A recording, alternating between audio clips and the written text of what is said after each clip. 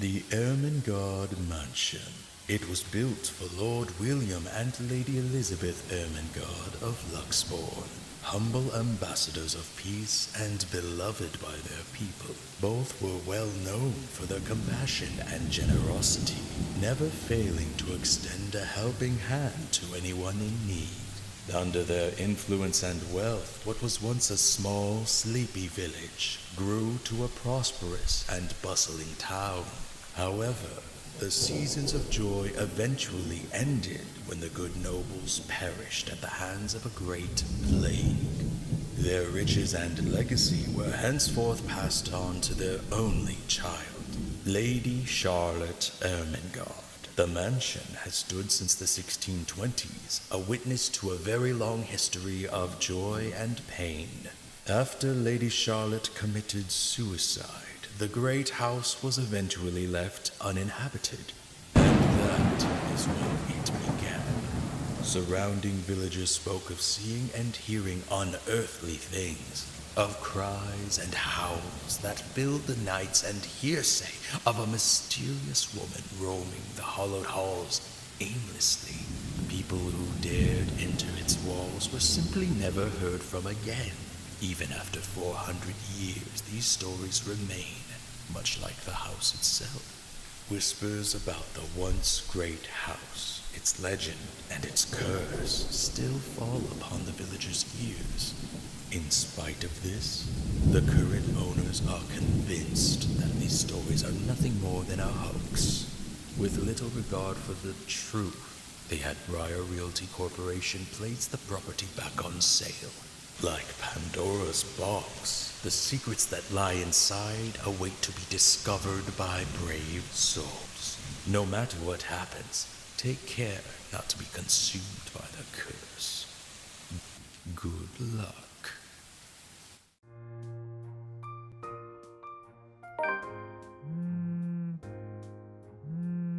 Hello? Isabella? Are you there? Where are you? A familiar jittery voice comes from the other end. Oh, hey Rose! I'm at St. Goretti High. What's the matter? What do you mean, what's the matter? It's the mansion, silly. I'm here and you're late. Jeez, we're on shift together. You promised. Oh my god, please don't tell me you forgot. You were planning on leaving me to check this place out on my own, weren't you? You chickened out.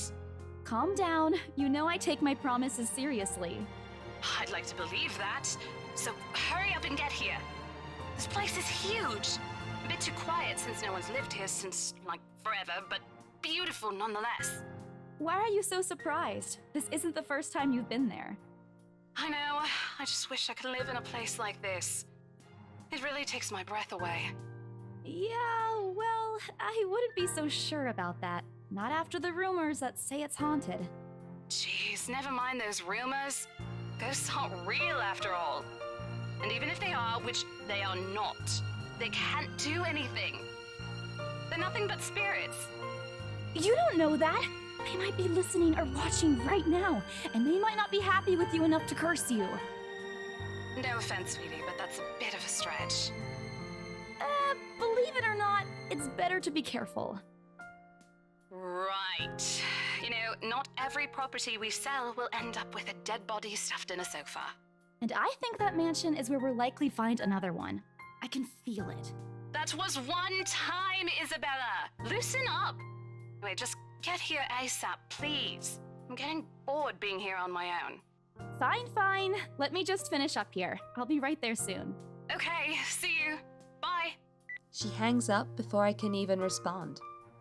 Rose, as charming as ever. Who was that?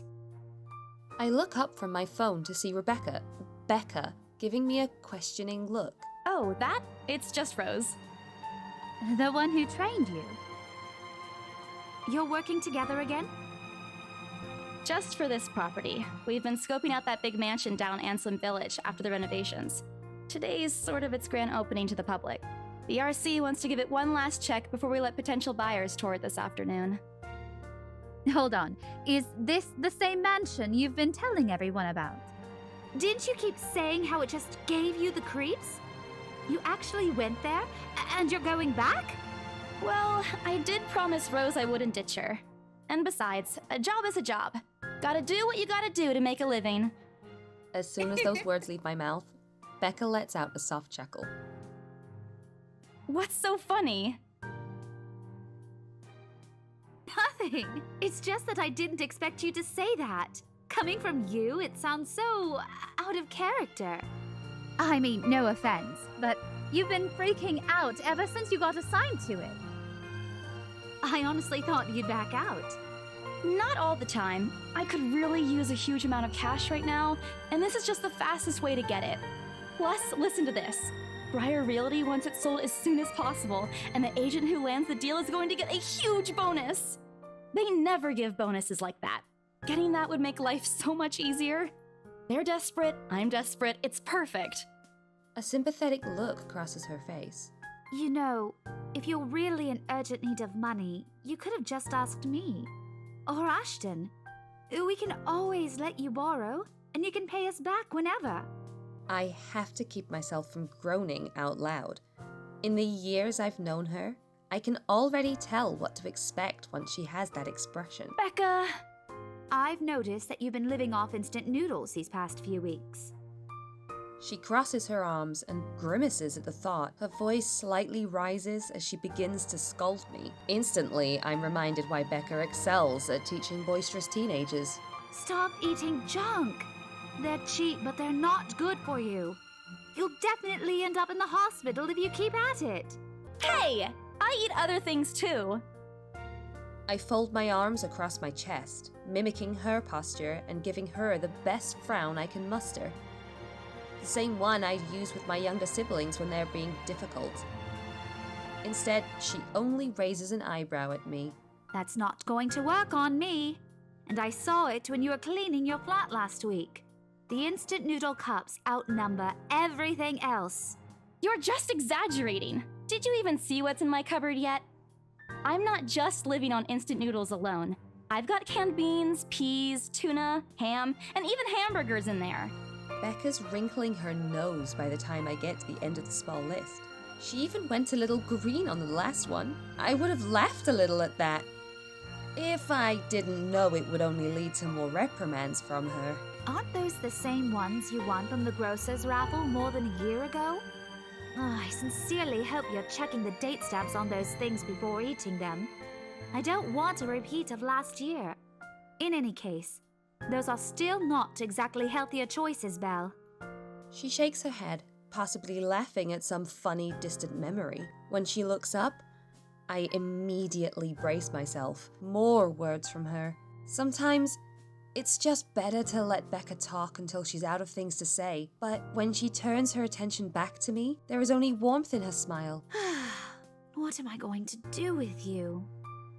She says this more to herself than me, her voice shifting to something kinder, even motherly if I'm looking for the exact word.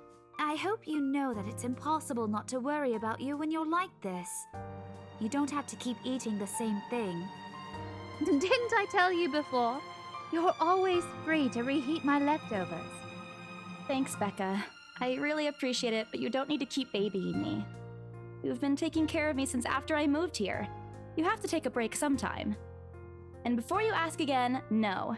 You know I'm not a fan of borrowing money. And I'm not going to ask you to give me what you earned hard for yourself. You and your pride. But suit yourself. The offer stays on the table, though. I nod in response, if only to get her to drop the topic.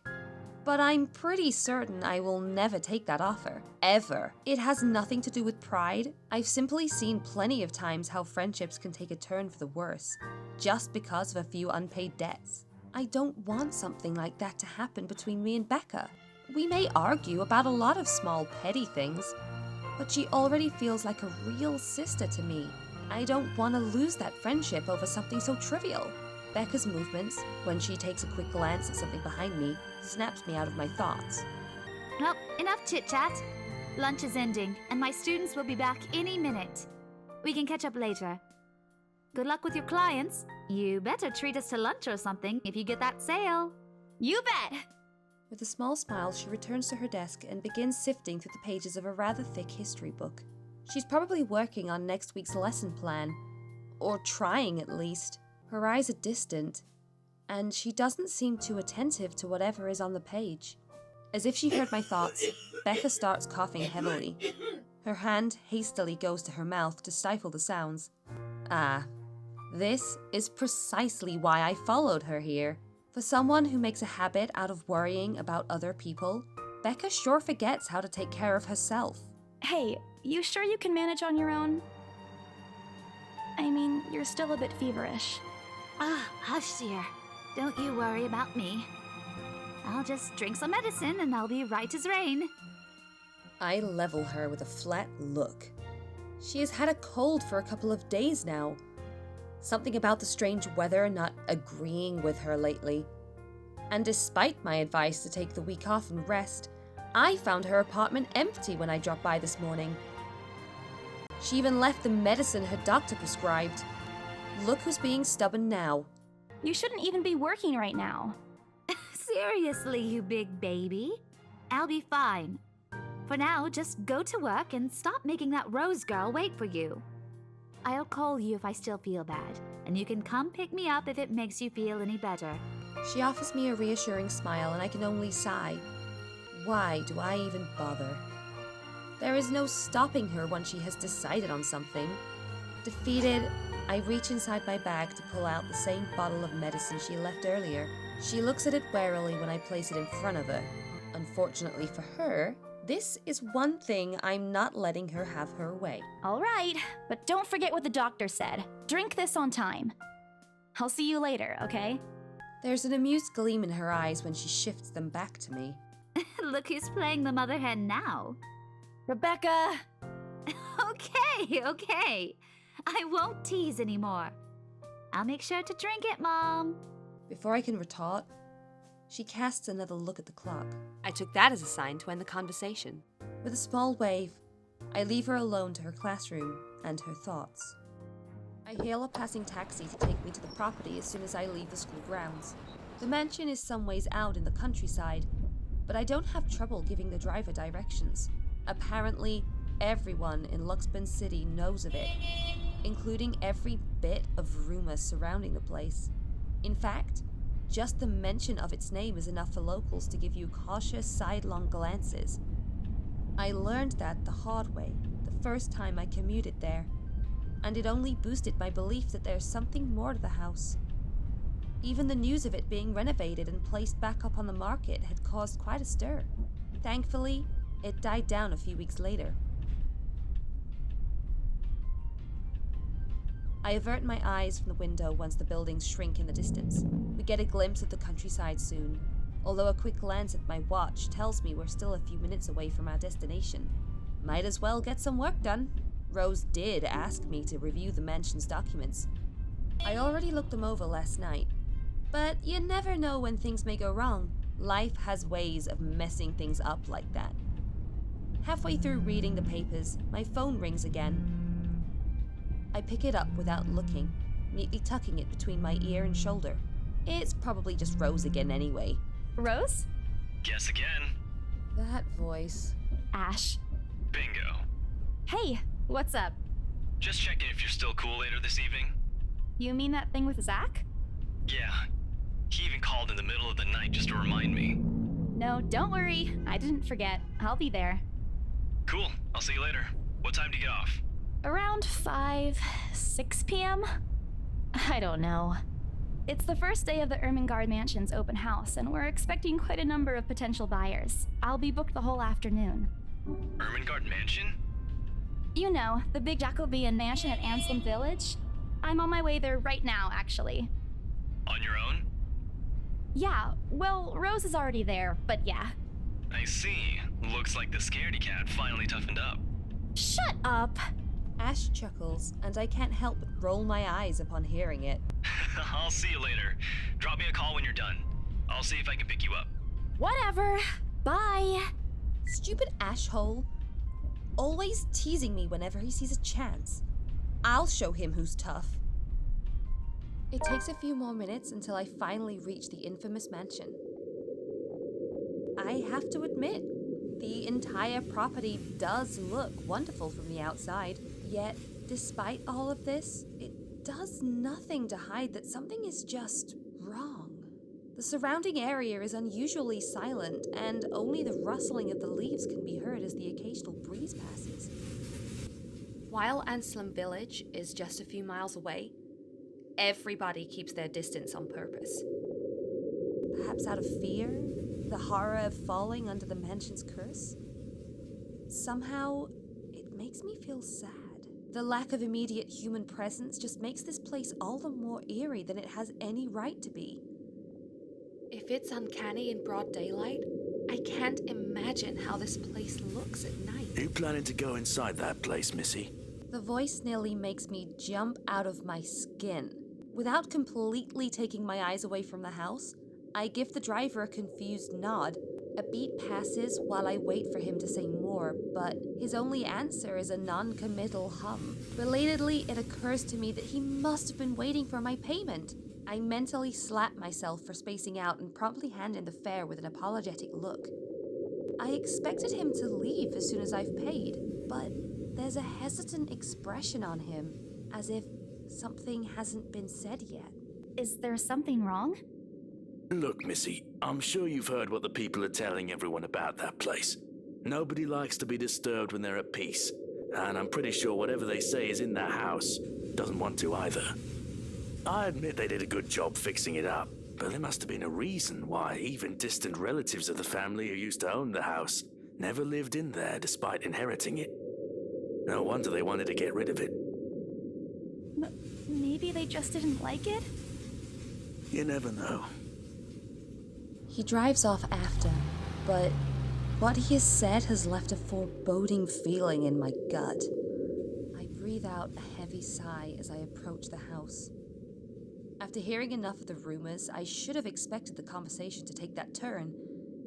But I'm already here. Backing out now is completely out of the question. It's not like I have a choice anyway. If I want to get that bonus commission one way or another, I've got to sell this property. The door is ajar when I get to it, however, while my own copy of the keys dangle uselessly in my hand. Rose must have left it open when she arrived. That's weird. We may be the only people here this early, but I've never known her as someone careless. Entering, what greets me inside leaves me gaping.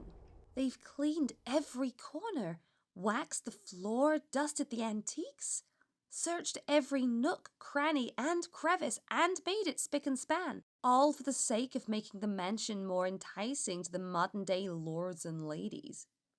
But no matter how hard they try, the mansion still looks as soulless as ever, as though it's going to eat you alive. If you ask me, they should have just listened to what other people have been telling them and leave this place alone. Some things in this world are better left alone. Rose? I call out. Rose, I'm here. Where are you? My voice echoes softly throughout the hallways. Oh, who am I kidding? In a place this big?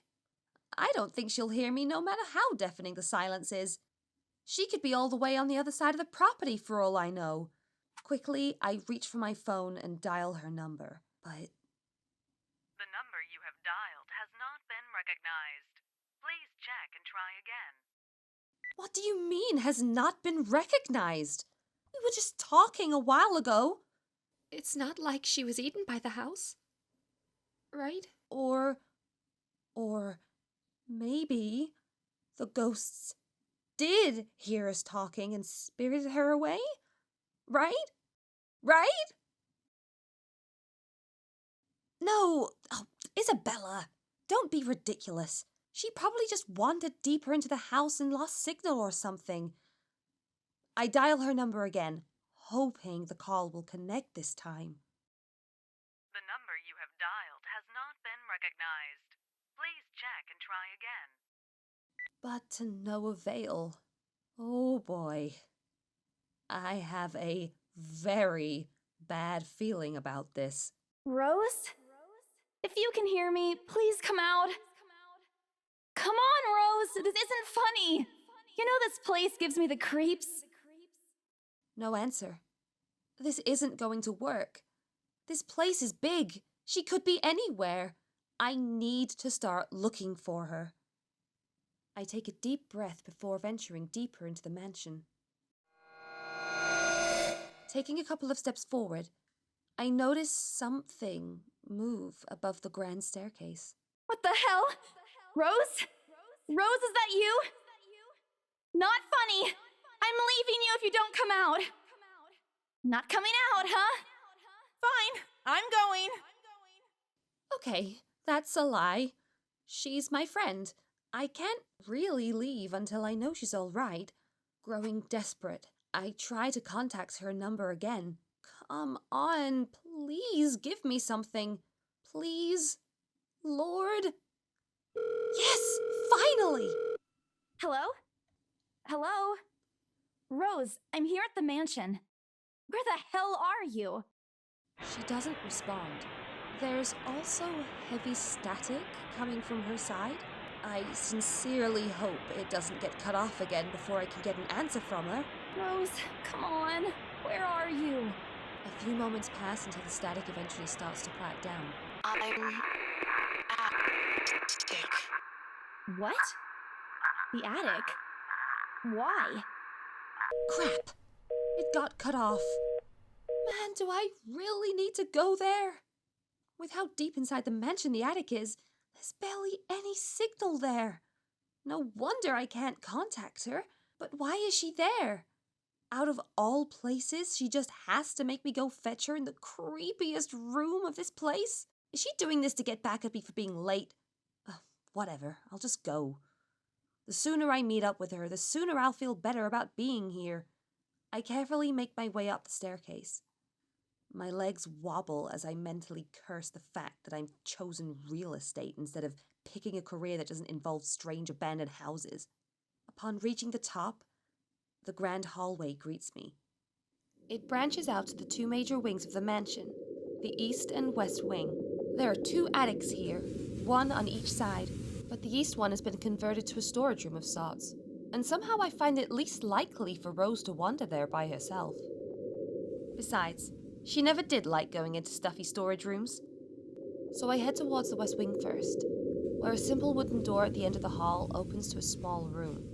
Inside is another set of steps leading to the second attic. Unlike the grand staircase, though, the stairs to the attic are steep and narrow, made of old stones and covered with a thick coating of dust that kicks up into the air with every step. Thank God it's still daytime. If it wasn't for the light streaming through the door behind me, I might easily stumble and fall. With how old the place is, there are no light fixtures to illuminate the cramped passage up. Why they didn't bother to add one here when they renovated escapes me. Sheesh. They did it with the rest of the house. A small bedroom welcomes me at the end. It looks exactly as it did since the last time I've been here. Full of dust, worn out, and faded by time. Odd. I thought they cleaned everything. Did the crew miss this room? Ugh. Cleanliness is the least of my concerns right now. The more pressing matter is Rose. She's not here. Was I dreaming when I talked to her a while ago? Did I mishear her? No. It couldn't have been a dream. After all, the creepy ambience of this estate is doing such a remarkable job of making sure I stay alert and awake. And I'm sure she said she's here. Is this a prank? Or maybe that phone call was Rose's last message to me before the curse got to her? Ugh, shut up, brain. You're not helping. Don't make this scarier than it already is. But if she's not here, then where is she? What the hell was that? That's it. I can't do this anymore. I'm leaving. We must have angered the spirits living here. I knew disturbing the mansion was a bad idea. Right from the very start. Nobody listened. Be fucking realistic, they said. They think I'm cuckoo because I believe in curses and ghosts and all that. I've always strived to be a model employee, but not this time. No. I'm turning back for the sake of my sanity. Briar Realty can find another agent who is more fucking realistic to tour people around this haunted house. Before leaving, I take one last look at the gloomy old room, just to check. Huh? What's this? My worries about Rose's whereabouts must have caused me to miss it when I first entered the room. But there's clearly something on the floor. It looks like A letter? lying on the ground, just a couple of inches away from my feet. Out of sheer curiosity, I lean down and pick it up. Strange. I don't recall seeing this the last time I was here. A few days back, me and a few other agents inspected the mansion to prepare for today. I had been the last to look inside the attic and leave, and this certainly hadn't been there before. Someone must have left it in this room since then. Did Rose leave this for me? Was she here a while ago? I couldn't have missed her though, could I? There's only one set of stairs leading to the attic. The letter isn't exactly in pristine condition. In fact, it looks rather ancient. The paper is so thin and rough, I'm worried it'll fall apart if I so much as touch it. But with great care, I open it, and what I read shakes me to my core. What? Oh my god. Nothing but the words, "Help me," fills the page. All of it, seemingly written with a crimson-shaded pen, or blood. I gulp. The same phrase just goes on and on until... Send this to 5 people or else. Or else what? Or else what? As quickly as I can, I scan the back of the paper and peek into the envelope to make sure I'm not missing out on a second page. But there's nothing. No. Oh, please, no. My hands tremble as dread creeps over me. The room is suddenly getting colder. I need to get out of here. Folding the paper in half, the sight that greets me next has me frozen on the spot. A pair of blood-soaked feet enters my field of vision. Covered in gaping wounds, with skin eaten away to reveal flesh, bone, and all manner of things one isn't meant to see. It's too much. All of it is too much. I want to cry, call for help, but the words catch in my throat. Even my feet won't move, completely paralyzed out of terror. Lord, please help me. I need to face it. Whoever, whatever those feet belong to, I need to face it. And if I'm going to die, if they're going to kill me, at least I'll know what my killer looks like. A cold comfort.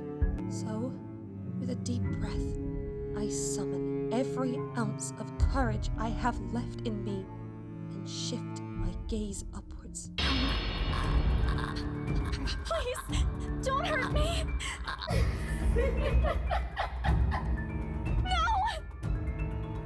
Without thinking, I scramble towards the door.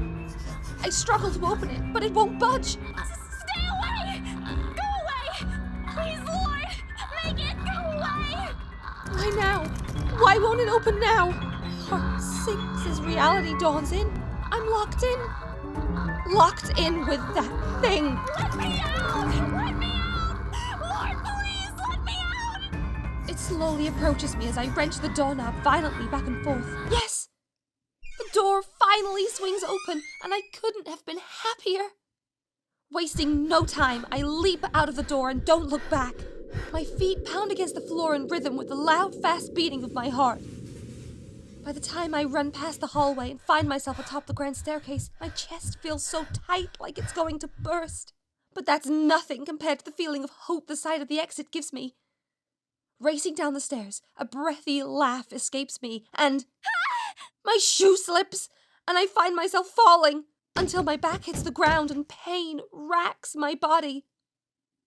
My head grows fuzzy, and my vision dims as I fight to stay conscious. No. Go away. The last thing I see are those feet before all I know is darkness.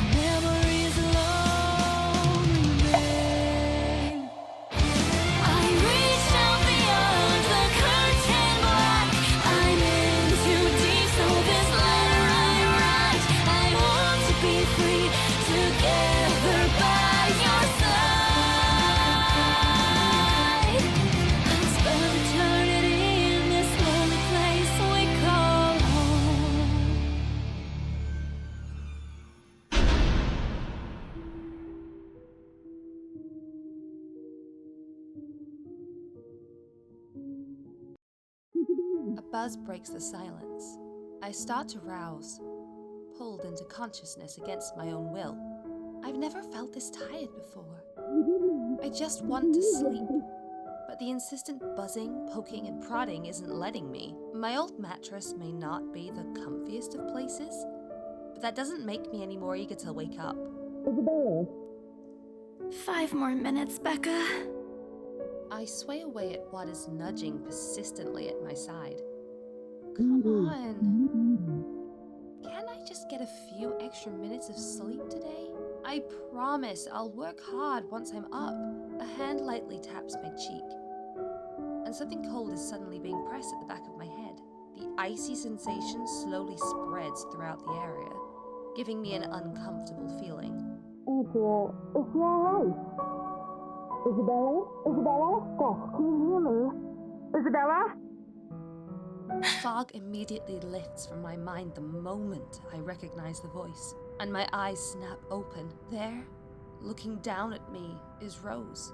Another woman loiters beside her, but my attention is too focused on my co-agent to even ask why there's someone else with her. Rose's posture just screams worry. Although she's keeping a straight face, or trying at least, I can't help but feel bad for making her fret.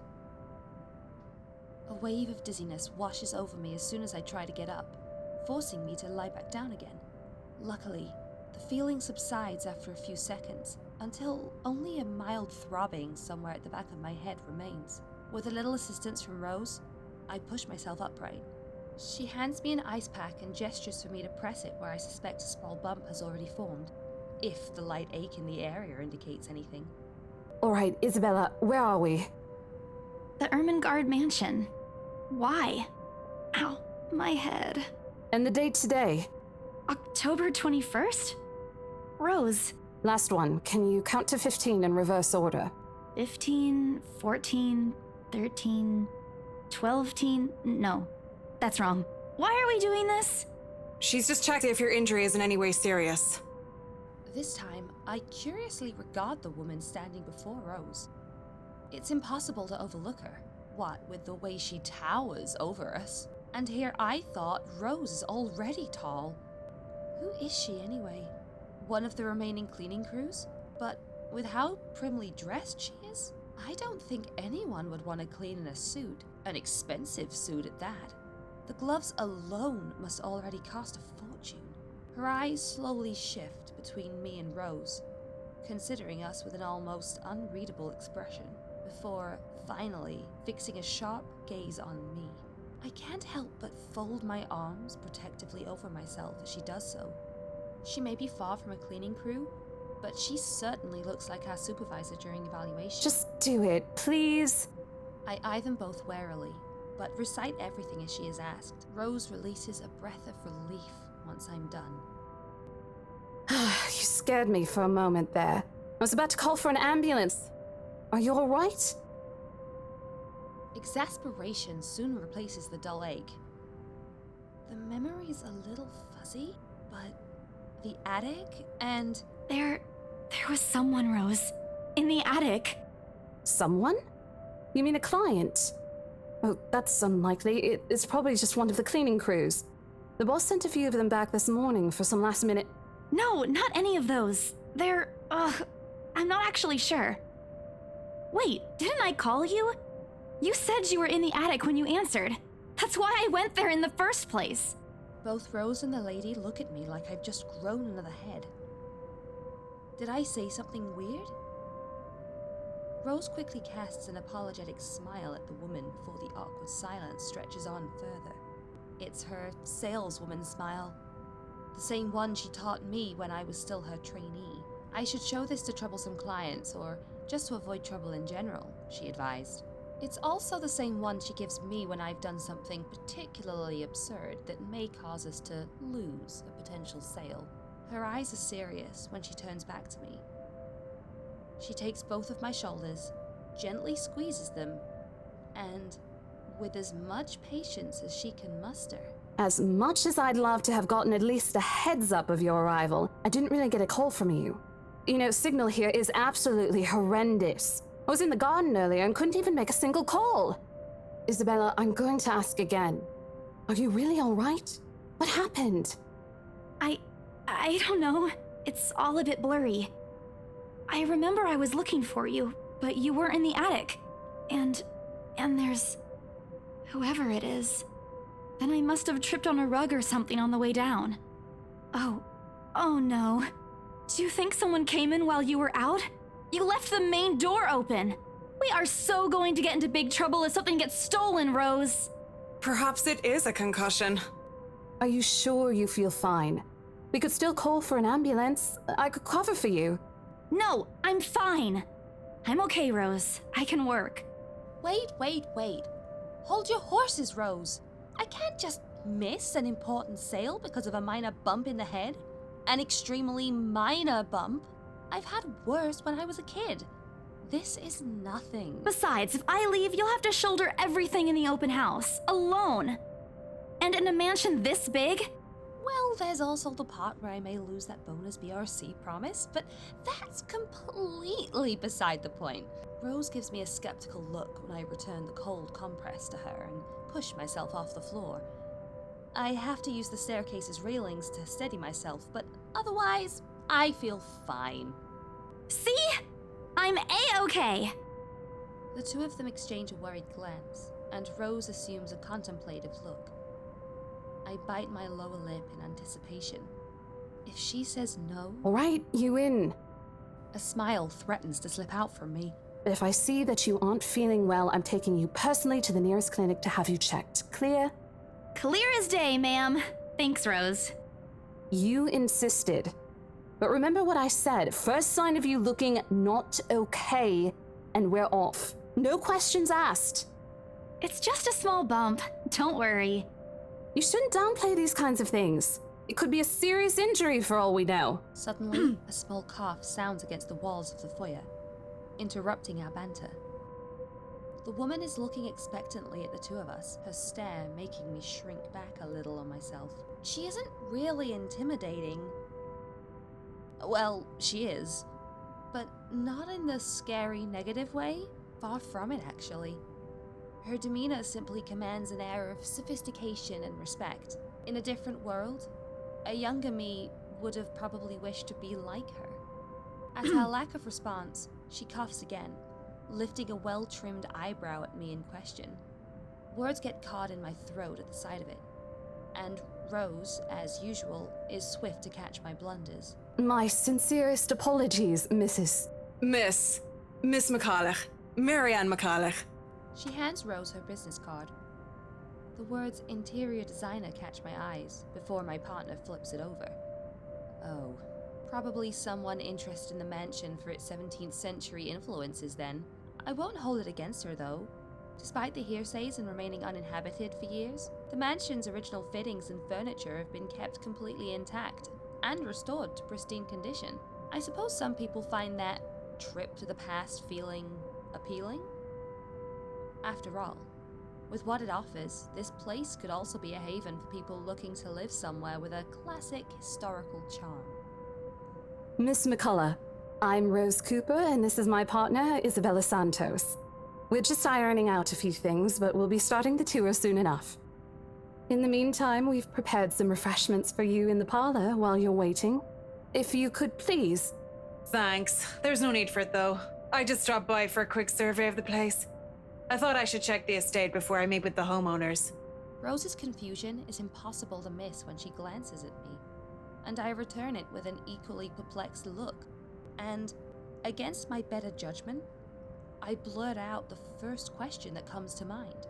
I'm sorry. Homeowners? I should have kept my mouth shut. A flash of irritation crosses her face, but it instantly disappears under a mask of professional detachment. Yes, Hannah right? She hired me to handle the interior design for their new home. This is the Ermengarde mansion, right? It is, but... She pauses, possibly trying to find the right words to fix the awkward situation without offending someone.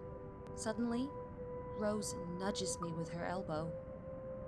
Those few moments have given me enough time to clear my head of any nervousness or confusion clouding it. It is, ma'am, but we weren't aware the mansion has already been sold.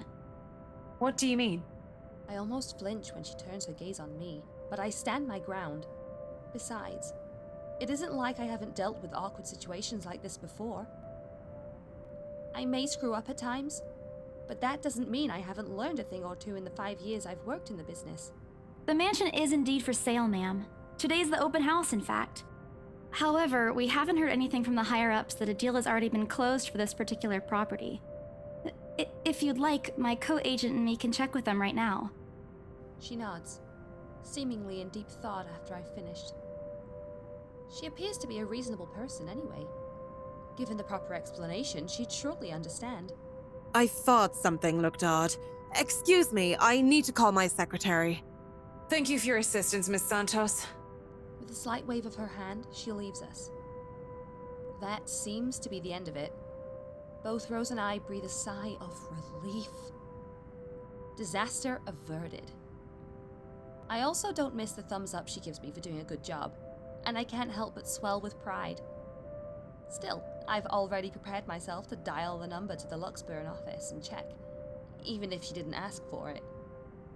I will be very frustrated if, for some reason, something has already been decided without my or Rose's knowledge. That's a whole new level of unfair. We've been working hard on this. Moments later, Miss McCullough returns, looking a little frustrated but with an apology clear in her face. I feel a little sorry for her having to go through all this trouble. There seems to have been a little misunderstanding with my client. If you'll allow it, I'd like to stay and wait for them here. I was informed they'll be dropping by for the open house today. I figured it'd be a waste to just leave after that long drive. I might as well meet him here. Certainly. You could stay at the parlor in the meantime, ma'am. I'm sure it won't be long before our guests arrive. And, Isabella, I left a few documents in my car. You know where I keep those. Can you please get it for me? Rose takes a glance at her wristwatch before tossing me a set of keys. And hurry! We've still got a few minutes to double-check those papers. Okay, got it. The two of them disappear behind the parlor door. Their departure brings with it a stillness to keep me company, neither welcoming or comforting. Alone like this, it's impossible not to think of what really happened. I wish the memory isn't as elusive as it normally is. Then again, Rose already said she didn't receive any call from me. Was it just paranoia? A temporary lapse after having heard all those tales about this place? Probably. I want to think of it as such. Better to think of it as such, so I can do my work in peace. Except, a small part of my mind begs to differ. And if I am going to be completely honest with myself, I want nothing more than to leave this place as soon as possible. I don't know what's in this house, and I don't want to know. The keys Rose has just handed me dig into my palm, its jagged edges creating shallow ridges on my skin from how hard I'm clutching it. It's a reminder of what I still need to do, and why I've taken this job in the first place. Hugging my blazer closer to my body, I exit the house to get what Rose has asked of me. Just a few more hours, Isabella. Sell the house, get the money.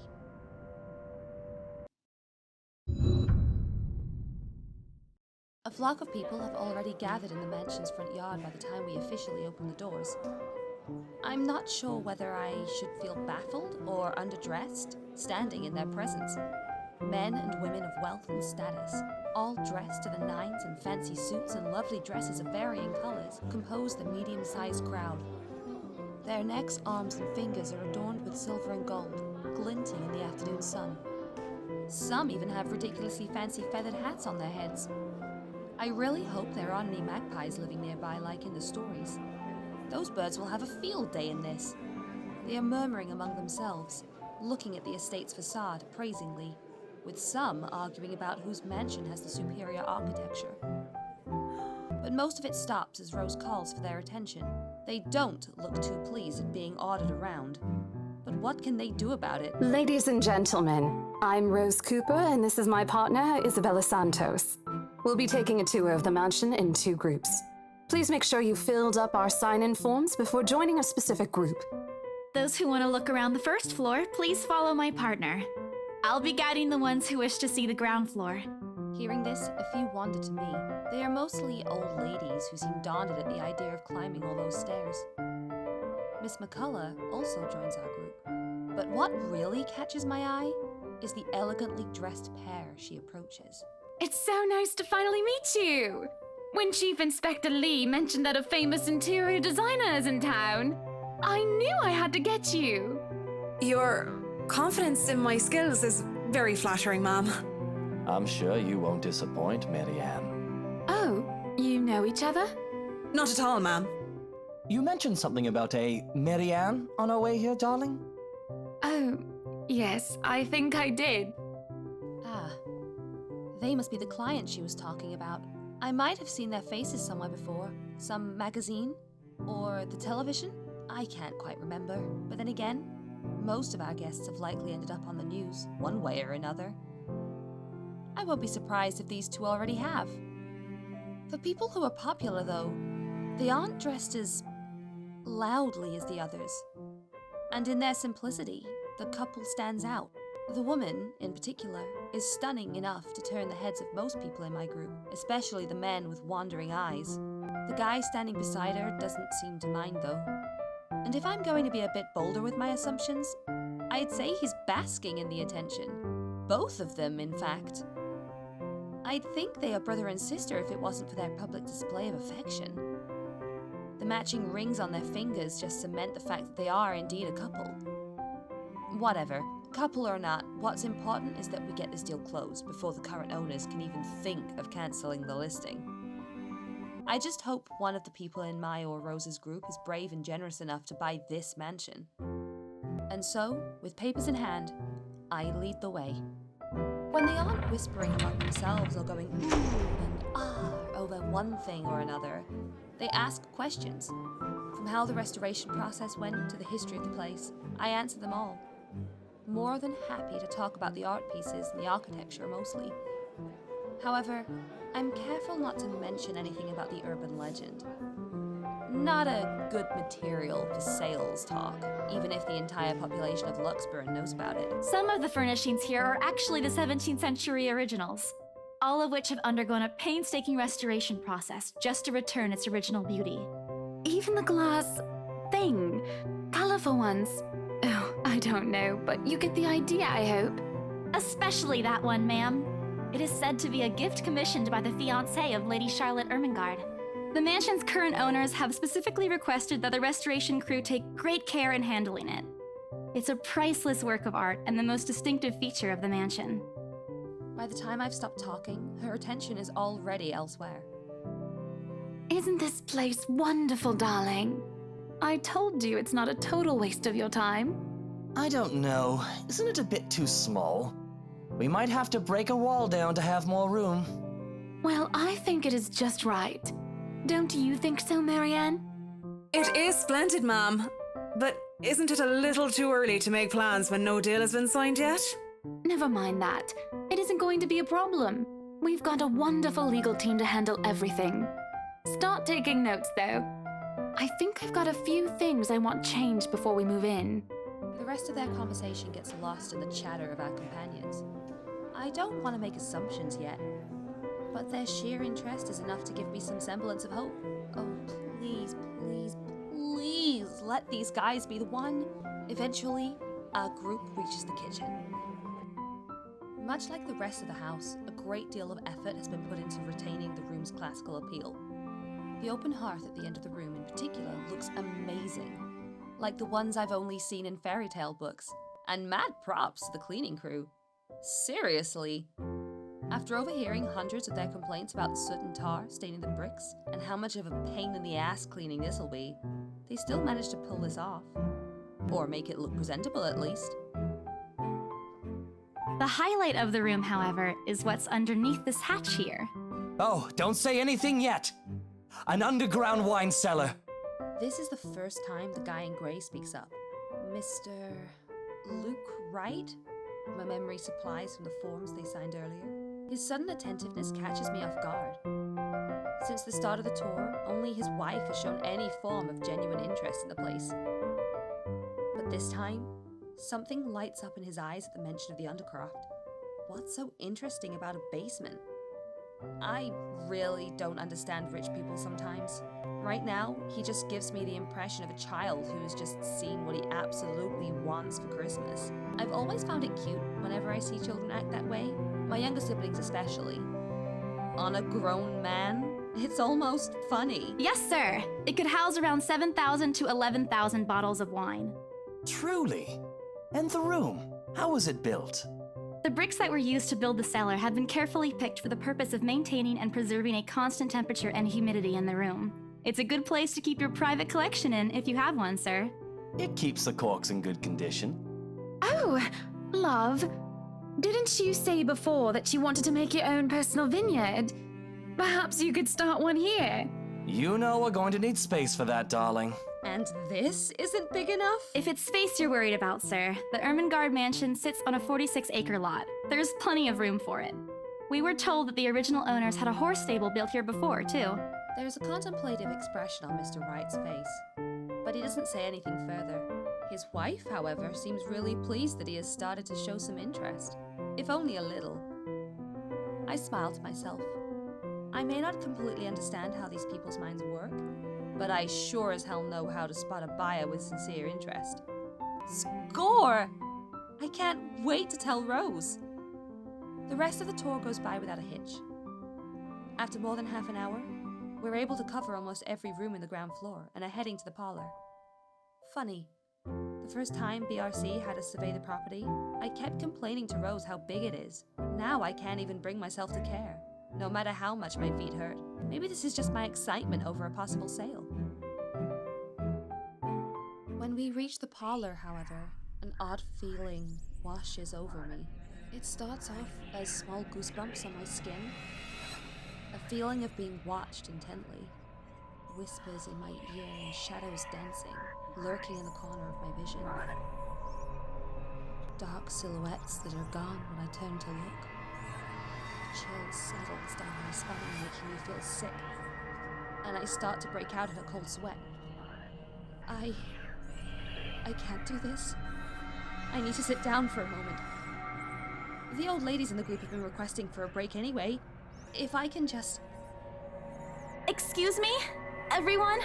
We will be taking a 15-minute rest here before we visit the first floor. In the meantime, please help yourselves to the refreshments and snacks we've prepared. If anyone has any questions, feel free to approach me. I'd be happy to help you. It's not what you think. Don't think about it. It's not what you think. I've probably just caught Becca's cold. Don't think about it. I'm left alone for a good while.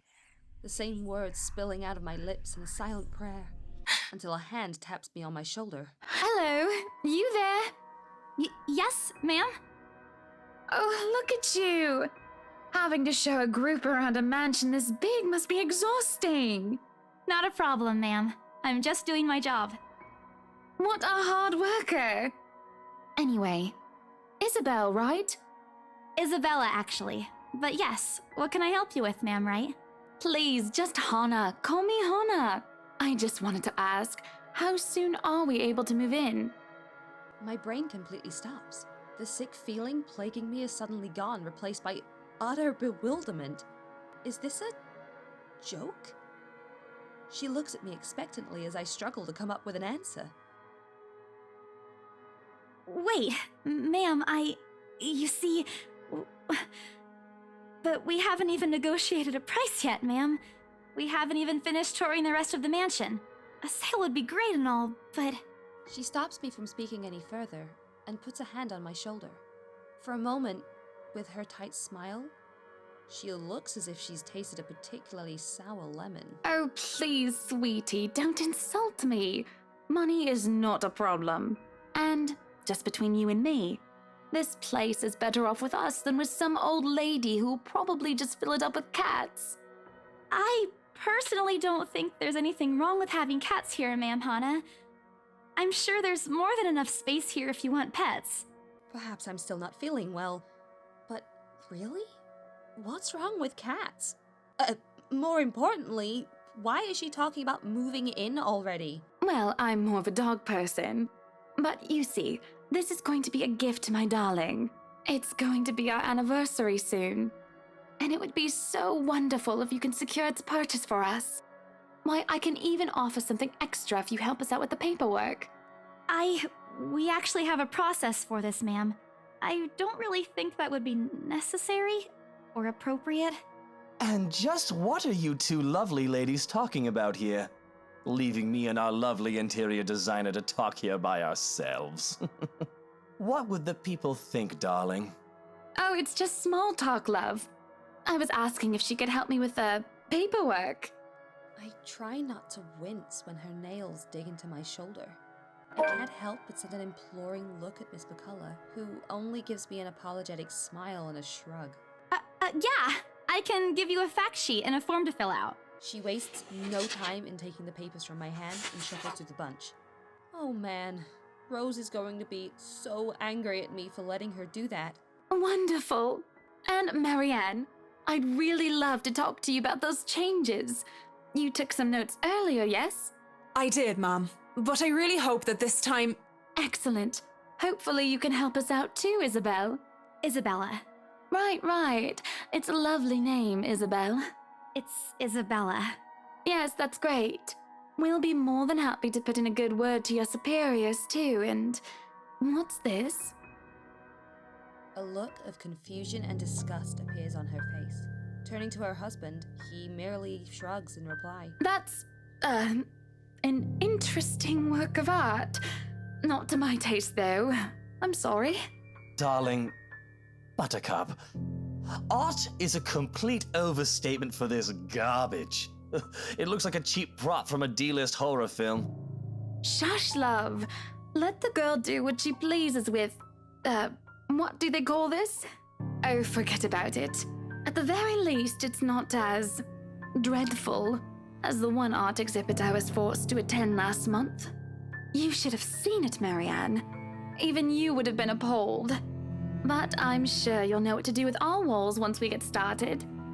I highly doubt it is as bad as you say, Ma'am. Nevertheless, you can be assured that my team will only pick whatever suits your tastes. Nothing of this chain letter sort, of course. It has to always work with a palette. I'm quite sure chain letters these days don't come in this form. It's my turn to be puzzled. What do they mean? Rose and I double-checked everything. Are the papers I handed not enough? I want to ask what I did wrong. I don't want to mess this up. But with the way Ma'am Hannah's leading the conversation, I'm afraid that's exactly what will happen if I do interrupt her. That's good to hear. See, darling, isn't she an absolute delight to work with?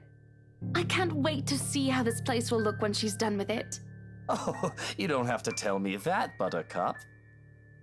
A smile is back on her face when she turns to me and hands me a strange piece of paper. I would still put it away if I were you, though. Otherwise, people might get the wrong impression. Anyway, as I was saying... I don't hear the rest of what she says after that. I can only stare down at the paper, at the letter in my hands. The sides crinkle in my grip and my breathing grows labored. Dread quickly fills my mind. Isabella? Isabella? Are you all right? You're looking pale. I didn't even notice when Rose's group joined us in the parlor. I want nothing more than to say, no, I'm not all right. I want to leave this place. Because I remember everything as clear as day. This letter and that woman in the attic. It's real. The letter. I'm sorry, I didn't know. Careless. I've been so careless. How do I even tell them without looking like I've gone mad? I blurted out before I could think twice about what I'm going to say. Rose, we need to get out of here. This place is cursed. Rose casts a nervous glance at the people in the room. Most are still engaged in a conversation with their peers. But those curious enough to turn their heads in our group's direction have been given her trademark saleswoman smile. A tight expression is on her face when she pulls me aside. Isabella, we've already had a conversation about this weeks ago. Those are just stories. And I'm telling you that it's not. I saw something in there. It's not human at all. I thought it was just nothing, but isn't this letter proof enough? She gently reaches out to pluck the paper off my hand, without even taking a glance at it. She folds it back neatly Look, I'm really getting worried about you. I know you want to see this open house through, but your condition is more important. Give me a few minutes to wrap things up here, and I'll drive you to the nearest hospital. No, no! You don't understand! There isn't a condition, Rose. No concussion at all. I'm fine. But this place isn't, and you're being stubborn about it. Before Rose could open her mouth for a retort, a hand lands on both our shoulders, pulling the two of us a distance closer. Now, ladies, what seems to be the problem here? Nothing, sir. I just had to clarify a few things with my colleague. Well, it certainly seems intense. A smile fits the two of you better, in my opinion. Especially darling little Lily here. He gives my shoulder a gentle squeeze, while an inscrutable smile spreads across his face. It's Isabella, sir. Of course. But my point still stands. And with two beautiful ladies here, I'm sure. And I'm sure little Lily here would certainly appreciate it if you remove your pretty hands from her, darling. The pressure on my shoulder lifts as soon as those words leave his wife's lips, while the scowl on her face is like a splash of cold water on me. It is also impossible to miss the displeased frown on Miss McCullough's face. The realization that we might lose this sale because of my outburst instantly dawns on me. Rose will be beyond pissed. I think I need to step out for a while. I'll be back. Bowing my head, I mutter a quick apology and gather my stuff to make a quick exit. It doesn't matter if this place is haunted or not. I've caused trouble, and Rose can be quite unforgiving of behavior like this. Isabella, wait! The apprehension must have been quite obvious on my face, because her expression instantly shifts to something gentler, eyes softer, a fond smile spreading on her lips. Hey, I'm not angry. I know. I'm sorry I ruined this for you. Come on, you didn't ruin anything. It's not like we haven't ran into any problems before. If we don't get a deal today, we can always try on a different day. And look. She hesitates, completely trailing off, before shifting her gaze down to her hands, a small gesture to stall. Her fingers are fiddling with a piece of folded paper. It's that stupid letter again.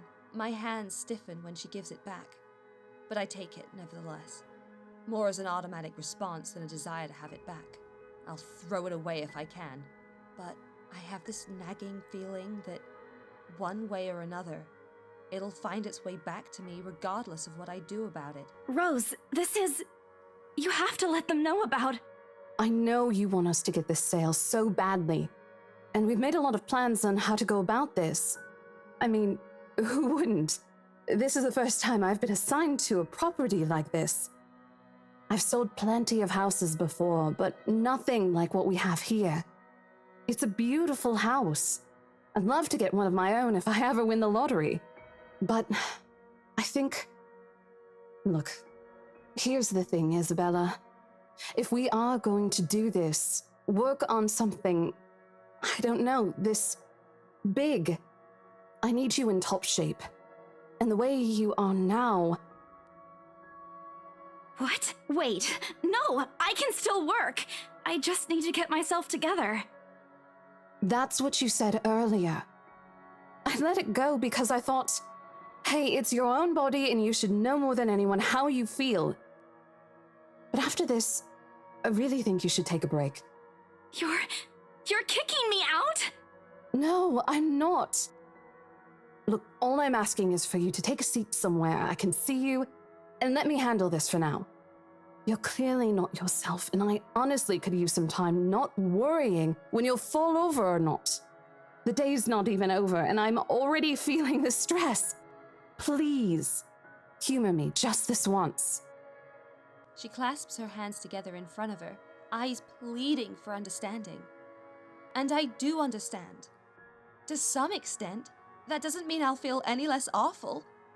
Whether at myself or the unlucky turn the situation has taken, or for her, I don't really know. I promise I'll give you a full report of what happens after. I'll even let you take the lead tomorrow. Fine. Okay. I'll step aside for now. You're upset. A little, yeah, obviously. If it's any consolation, I won't tell the boss about today. You know how he is. Please don't. I don't want a repeat of the lecture I got during my first assignment. He called me a noob, and I don't even know what that means! At the memory, we both burst into helpless giggles, earning as strange looks from the guests milling about the door. Talking and laughing like this, it's easy to forget any mishaps that happened. Little things you learn to appreciate, I guess. So, are we good? I'm still not okay with it, but Rose has a point. It's better for me to step out of this one for now. I won't be able to help you anyways if I keep getting distracted like this. Maybe I'll just take a walk outside or something while I wait for you to wrap things up. Please, just stay put. I insist. I'm not an invalid, Rose. You clearly have not seen how you looked earlier. It's not that bad. Color hasn't even returned to your cheeks yet. Just stay here, all right? Don't even think of going anywhere. Let me finish what I'm doing here, and then I'll take you back to Luxembourg myself to have that minor bump checked. At least wait for me to call someone who'll fetch you, okay? She's gone before I can voice one word of complaint.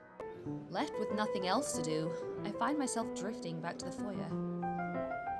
A few visitors linger in the area, some merely enjoying the afternoon sunlight streaming through the stained glass windows. Others can be seen admiring the priceless antiques decorating the room. One group of elderlies, gathered some ways across from me, is occupied in a friendly banter about which one would cost more to buy. A little argument here, an occasional laughter and teasing there. I smile to myself. The conversation reminds me of what I've been missing these past few months. Rose is probably right. I do need a break. Maybe this afternoon's hangout will help. Speaking of, I should call Ash. It's a few hours earlier from what I told him, but he did ask for a call once I'm done. Besides, I don't have a ride back. He offered, so I might as well take it, or bribe him into giving me one. Not that he'll ever accept the latter. Personal convictions and all. Honestly, if there's something I find admirable in him, despite his tendency to annoy the hell out of me, it's that. Well, whatever way works. A free ride is still a free ride. There's Rose's offer too, but despite what she says, I know she'll be busy for the rest of the afternoon, especially without me assisting. Bothering her for a favor as small as this is the last thing I want to do right now. A couple of minutes and a few prayers asking for a decent signal later, the call finally connects and... Shit! What? Shit, how loud is this thing even? A sharp ringing fills the entire hall, disrupting the pleasant quiet that has settled. Soon enough, heads begin to turn in search of the source, mine included. My eyes dart around the small crowd, before zeroing in on a lone figure crouched behind the same group of old people checking out the decor moments ago. He's facing away from me, fumbling with something in his hands, but I don't need to see his face to know whose back that is. Oh, I'd recognize that dumb Parker anywhere. Without bothering to end the call, I march towards him. After what happened today, I'm really not in the mood to deal with this. Of all the times to... Ashton Frey! What happens next is something I'll surely regret later for not having recorded. He jumps, lets out an undignified yelp, followed by his phone slipping from his grip. It bounces from one hand to the other in his poor attempt to catch it, before ultimately falling flat on the floor with a resounding clack. I kind of feel sorry for the phone and the floor, but it's not every day that you can catch someone like Ash off guard and get a reaction. Damn his stupid detective senses. I'll take every ounce of victory I can get, no matter how small. An awkward pause passes between us. A blink. A cough. He makes a face. And then, in a too-quick motion, he ducks and retrieves his abused gadget, while a grin threatens to break out from my lips. He doesn't meet my eyes when he straightens, but a flush has crept up his neck and cheeks. In another universe, where we haven't known each other for 5 years, and suffering through his teasing isn't a day-to-day occurrence, chances are I'd find that adorable. Endearing, even. Unfortunately, this isn't that kind of world. The way things are, I'm already content to see him out of his obnoxiously calm and collected disposition. Hello to you too, Scaredy Cat. I could stand to be greeted like a normal person, you know. What? And miss that look on your face? No way! Oh man, I should have taken a picture. I am so honored you find this funny. Is that how you treat your guests? I think I need to talk to your supervisor. Talk to yourself. You aren't even a guest here. What are you doing here in the first place? For a moment, he looks like a cat that swallowed the canary. Suddenly, checking every nook and cranny in his phone for any damages or scratches seems to be a more interesting activity than explaining himself. Ash. I could be looking to buy a house. A mansion? Yeah, why not? Did you see the view outside? It doesn't look haunted to me at all. He's messing with me. Ashton, I am not in the mood. What are you doing here? He chances a glimpse at some point behind me. The parlor? Curious, I follow his gaze.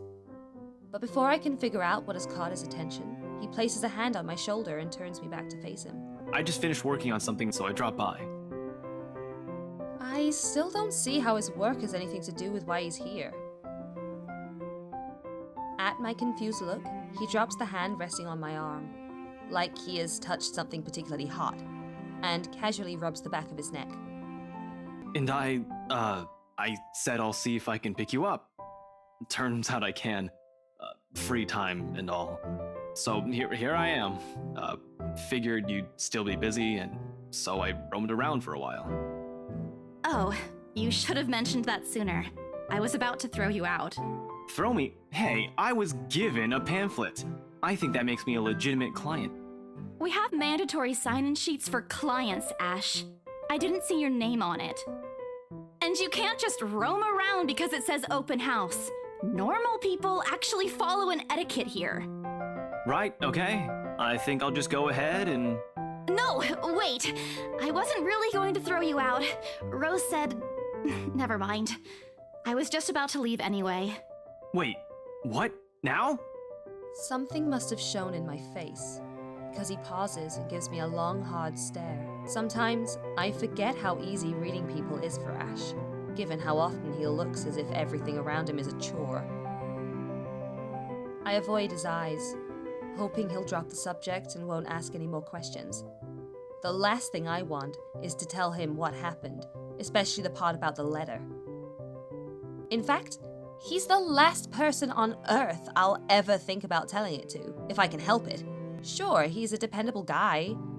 God knows how many times he's helped me, even without me asking for it. But stuff like ghosts and the supernatural?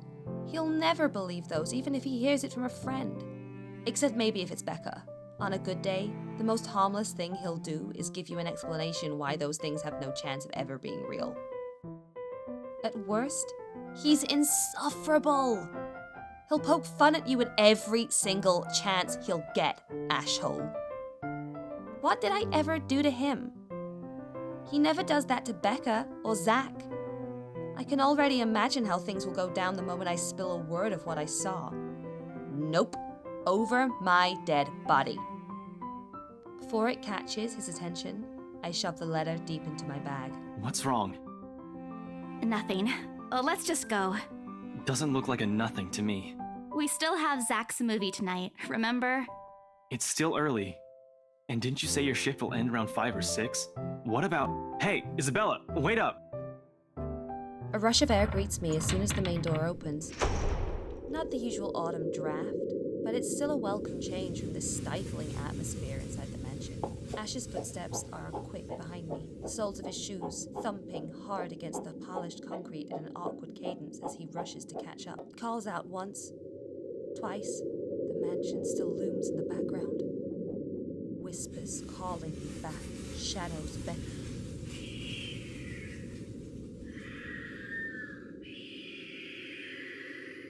I don't look back.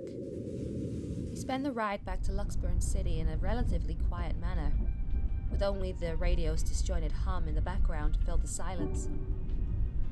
Occasionally, Ash will reach out to fiddle with it until the signal settles or it's on a respectable volume. But otherwise, he doesn't say anything. Neither do I. However, If the furtive glances he's been sending my way are signs, I know there are things he's been itching to ask since we left the mansion. I keep my eyes trained on the passing scenery outside, in the small hope that my disinterest will dissuade him. Here. All of a sudden, he tosses something at me from a small compartment on his side. It hits me cleanly on the chin before I can make a move to catch it. The small package makes a soft landing on my lap instead. Sorry. The glare I send him wipes the smirk about to form cleanly off his face. He clears his throat, focusing his eyes on the road again. I swear he did that on purpose. Ignoring him, I flip the half-forgotten package on my lap. I won't say no to free food, but why are you giving away cereal bars? I always have one on my person, and you look like you're about to pass out back there. Have you eaten lunch yet? I don't even get the chance to deny it, because right on cue, my stomach rumbles loudly, and an empty gnawing feeling in my belly becomes noticeable. No surprise there. I did skip breakfast and lunch so I could catch Becca while she was on break. I was hoping to get a small meal after. I guess with everything going on, I just forgot until Ash mentioned it. It's not like the hollow feeling's new to me though. If anything, it's just one of those things I've gotten used to ignoring over the years, growing up. Thanks. Then I tear open the package and start nibbling on the edge of the bar. Apart from an acknowledging nod, Ash doesn't say anything after that small exchange. For that, I'm thankful.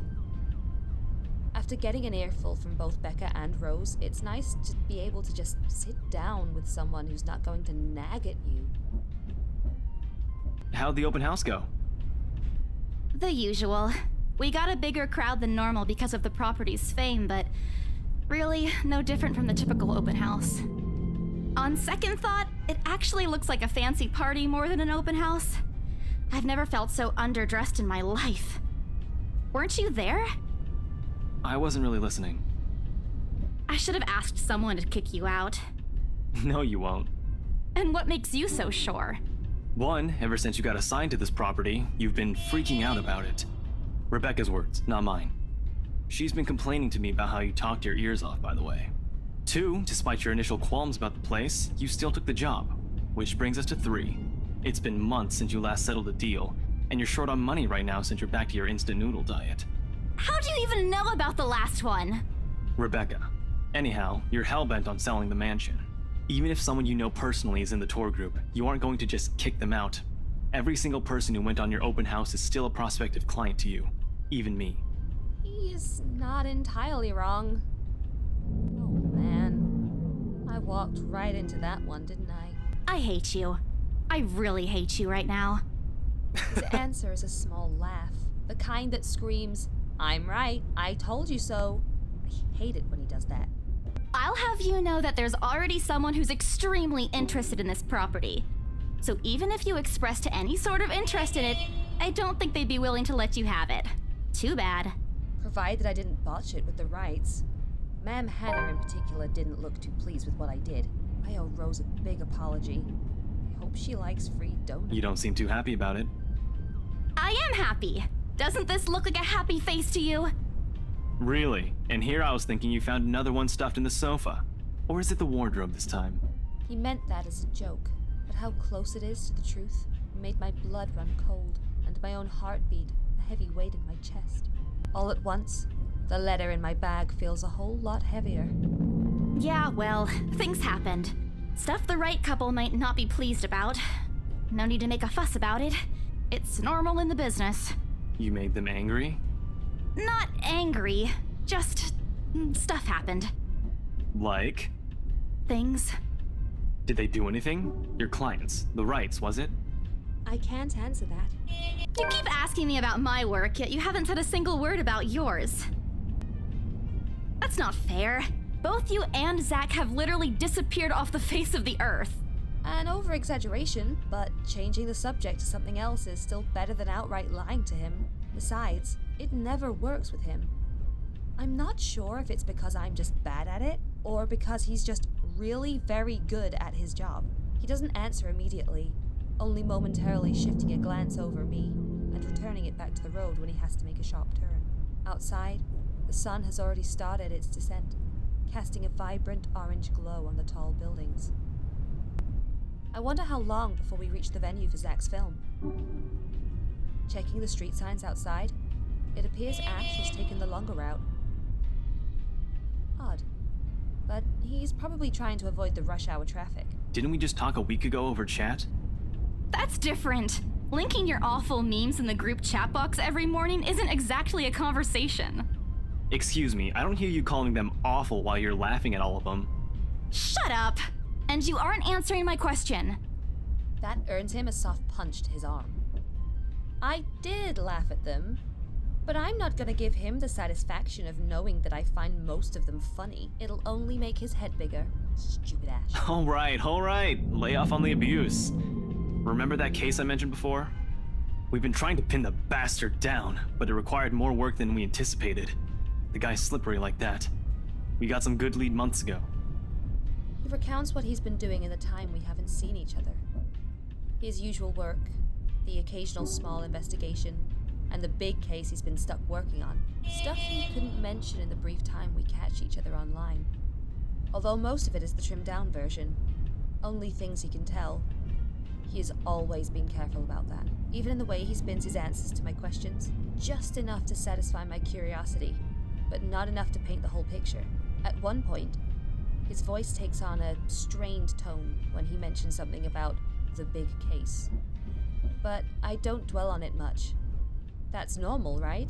I mean, who wouldn't be frustrated if you couldn't bring someone to justice because they kept slipping out of your fingers? If I were in his shoes, I'd definitely lose my mind. His stories never cease to be entertaining regardless. If things weren't the way they were back home, maybe I would have considered taking on the same job as him. Well, no, not really. Mama would never allow that. But the idea is still there, along with the countless others I've let go. Time passes quickly between us in this manner, and before I know it, we're already at the movie house. A small crowd has already formed in front of the theater when we arrive. The Lift Fest, short for Luxburn Independent Film and Theater Festival, attracts a bigger crowd annually, and this year's no different. I've only been to a few indie film screenings with Zach, so I'm not an expert on the matter. But I know that for people hoping to make a break in the industry, getting your film recognized by a local event like this is already a big deal.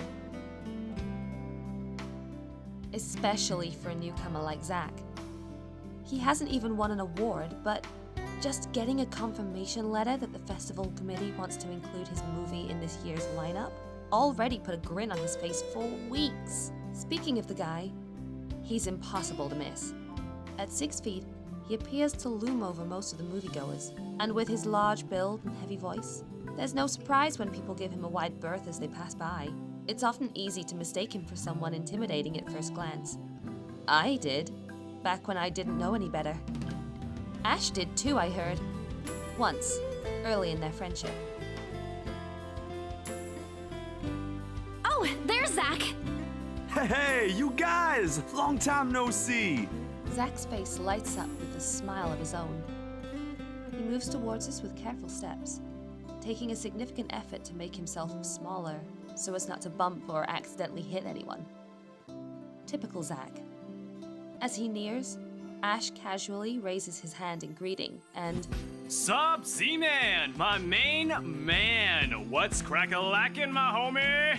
The awkwardness that descends within the immediate vicinity of our small group is palpable enough. Somewhere to our left, a girl giggles, and only then do I become aware of my mouth hanging open. I'm almost amazed how Ash can say that out loud with a straight face. Almost. Considering his track record, I should be used to it by now. Zach seems to be. Yo, stop trying to act black, Ashton. And you're the only one who calls me Z-Man. There's fondness underneath his exasperated tone. If this were any other person, he'd likely be offended. But years of friendship and familiarity have made those words harmless to the other's ears. Or, at least, enough for both to take in stride. It's been a while, Zach. I hope you didn't get into trouble again. Not much to get into trouble lately without you, I'm afraid. I'll let you know if something comes up, though. Nah, I ended up with chicken down stuck on me last time I agreed. I'd really love at least this year to pass without some sort of accident happening again. Hey, I take offense to that. It wasn't that bad. You really have no idea. A beat passes. And then Zach laughs. Hey, I'm kidding! You know you can always count on me. It's a story only the two of them are privy to. Every now and then, Ash will enlist Zach's help on something. Becca and I never really found out what the real deal is with those adventures, as Ash calls it, and both aren't willing to tell due to some unspoken agreement. She insists that if it's Ash, it's likely not something illegal or life-threatening. I tend to believe her on that. Sometimes. Ah well, boys will be boys, I guess. I give Zach a small wave from behind Ash, when his attention eventually turns to me. Bella! Huh? Rebecca's not with you. Is she still sick? A bit. But she's up and went to work this morning. You know she doesn't listen to anyone that's not Ash. Yes, she does. No, she doesn't. You're literally the only person she'll listen to when she's feeling stubborn. And it's true. They've known each other far longer than any of us in the group. Childhood friends and all. But don't worry, Zach. She's probably on her way here now. She promised she wouldn't miss your movie. Isabella! Oh, thank goodness! Speak of the devil. Without warning, a hand grabs me by the shoulder and turns me around. Becca, you're just in time! I have to lean back a little with the way her face is almost invading my personal space. But she places her hand on either side of my head to keep me still. She stares at me intently, concern filling her eyes. Becca, you're squishing my face. How are you? Are you all right? Why wouldn't I be? Rose called me earlier. Those 4 words tell me all I need to know. Since I don't have my family living close by, and the only other relative I have here works on the far side of the country, I gave my company Becca's contact number, in case of emergency. I should have known Rose would call her. I push Becca's hands away from my face. Although she lets go, her eyebrows remain drawn together. Oh, no, everything's good. Rose covered for me at work today. That's not what I'm talking about. How's your head? Beside me, Ash snickers. I bite back the urge to elbow him in place of trying to avoid Becca's hand as she tries to reach out for the said area. I do my best to dodge her, all at once moving to hide behind Zach. Sorry for using you as a human shield, Zach. Oh, it's nothing. I just slipped off a few steps on my way down. I blacked out for a few seconds and had a minor bump, but it's just that. You blacked out? It's not something to brush off.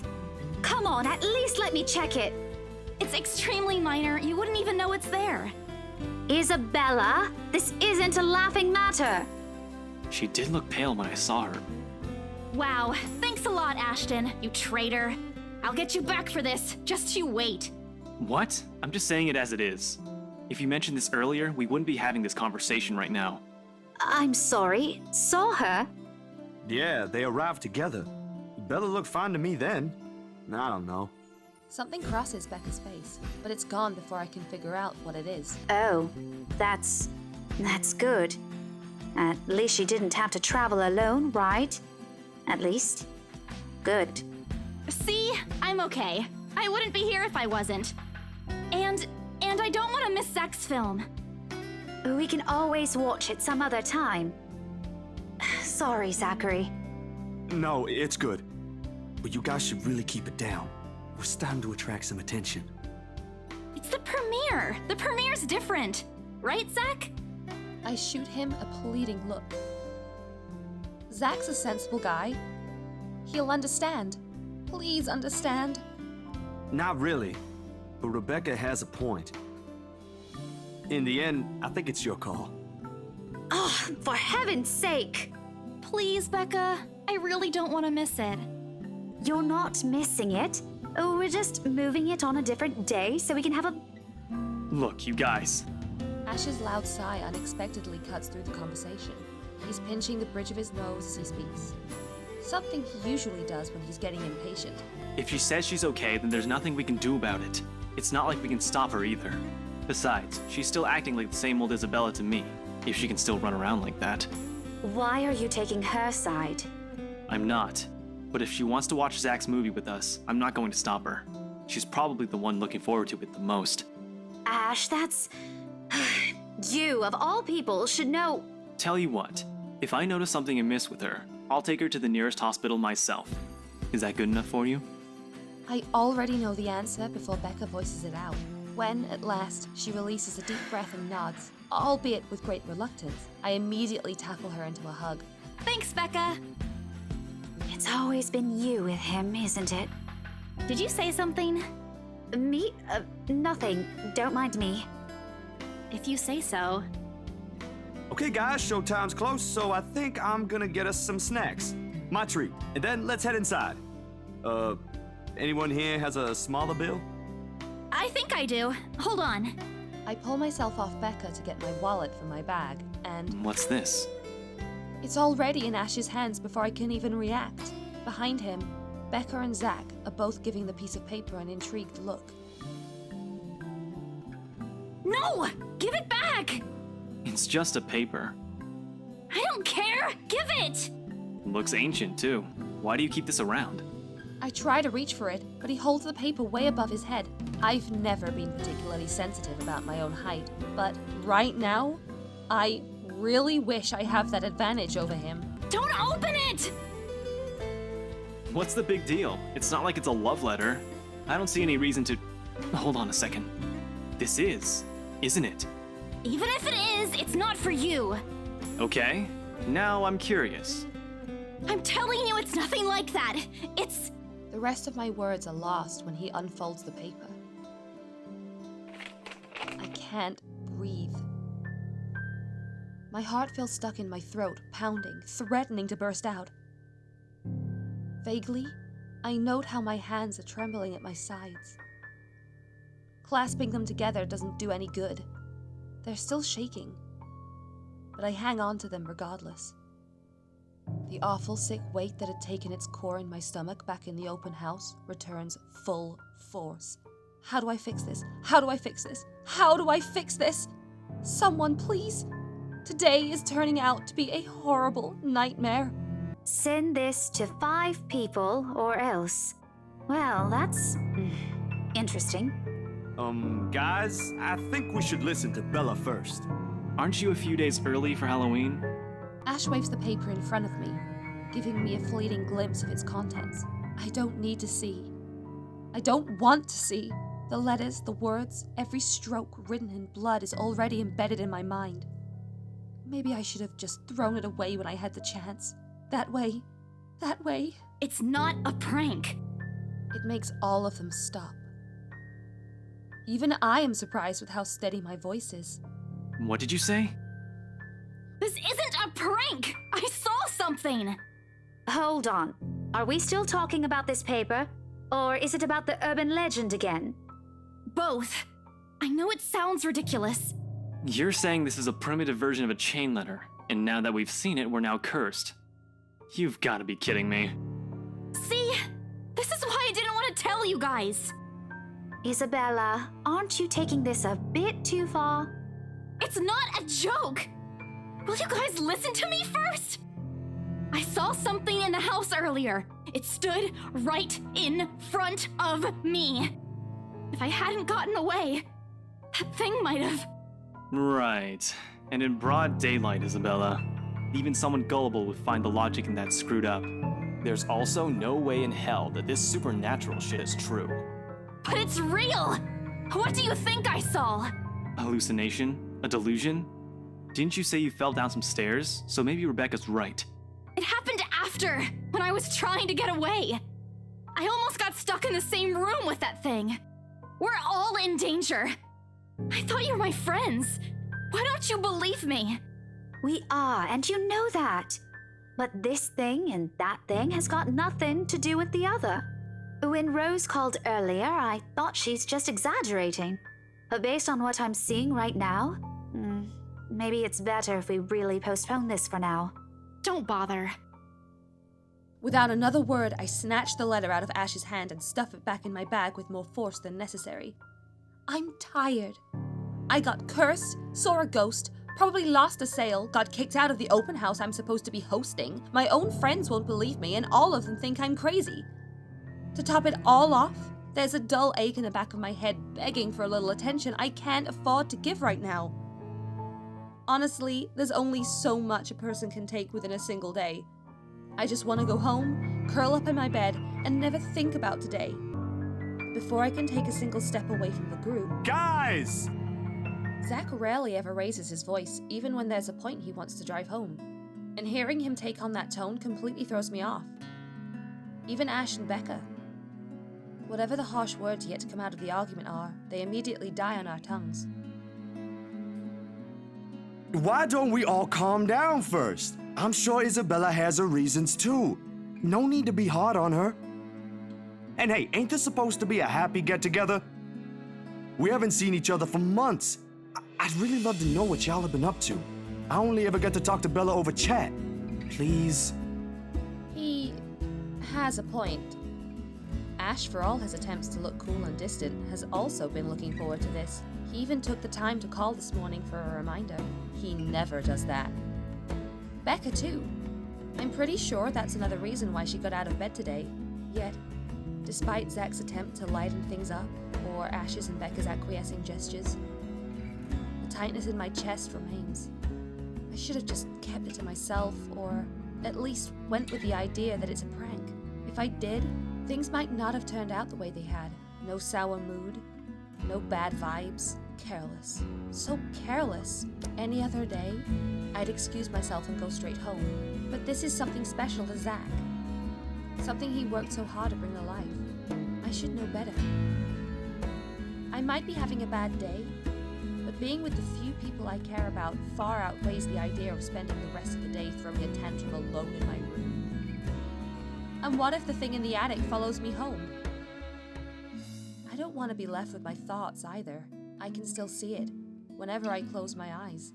And maybe, if I stay, let our heads cool down first before telling them what happened, they'll listen to me. There's nothing you can't solve with a calm head. One step at a time, Isabella. That's what Mama used to tell me. Besides, I don't have the heart to ditch Zach. A smile is back on my face when I look back at them. If we keep arguing here, we're going to miss the first few minutes. All right, that's the Isabella I know. Oh, good. I thought for sure you were going to cry. This time, I really do send an elbow straight to his stomach. Stupid Ash. Being vertically challenged has its perks, too. What was that for? Stop calling me a crybaby! I'm not one! Aw, don't cry. Stop it! Okay, scaredy cat then. That too! If you repeat that, I swear I'll... Let's just go. Without another word, Becca goes inside. She doesn't even stop to wait for us when I call after her. Ash and I exchange looks at that, the same question likely swimming inside our minds. Did something happen at school after I left? Is she having a bad day too? I'll try asking her about it later, I guess. So, you guys go catch up with her. I'll go get us the food I promised. But you'll miss it. Didn't you say watching a movie without food ain't fun? And it ain't like I haven't seen it. I made it, remember? I'll be in there soon. One friendly tap on my shoulder, and then he's gone. A few moviegoers are still milling about.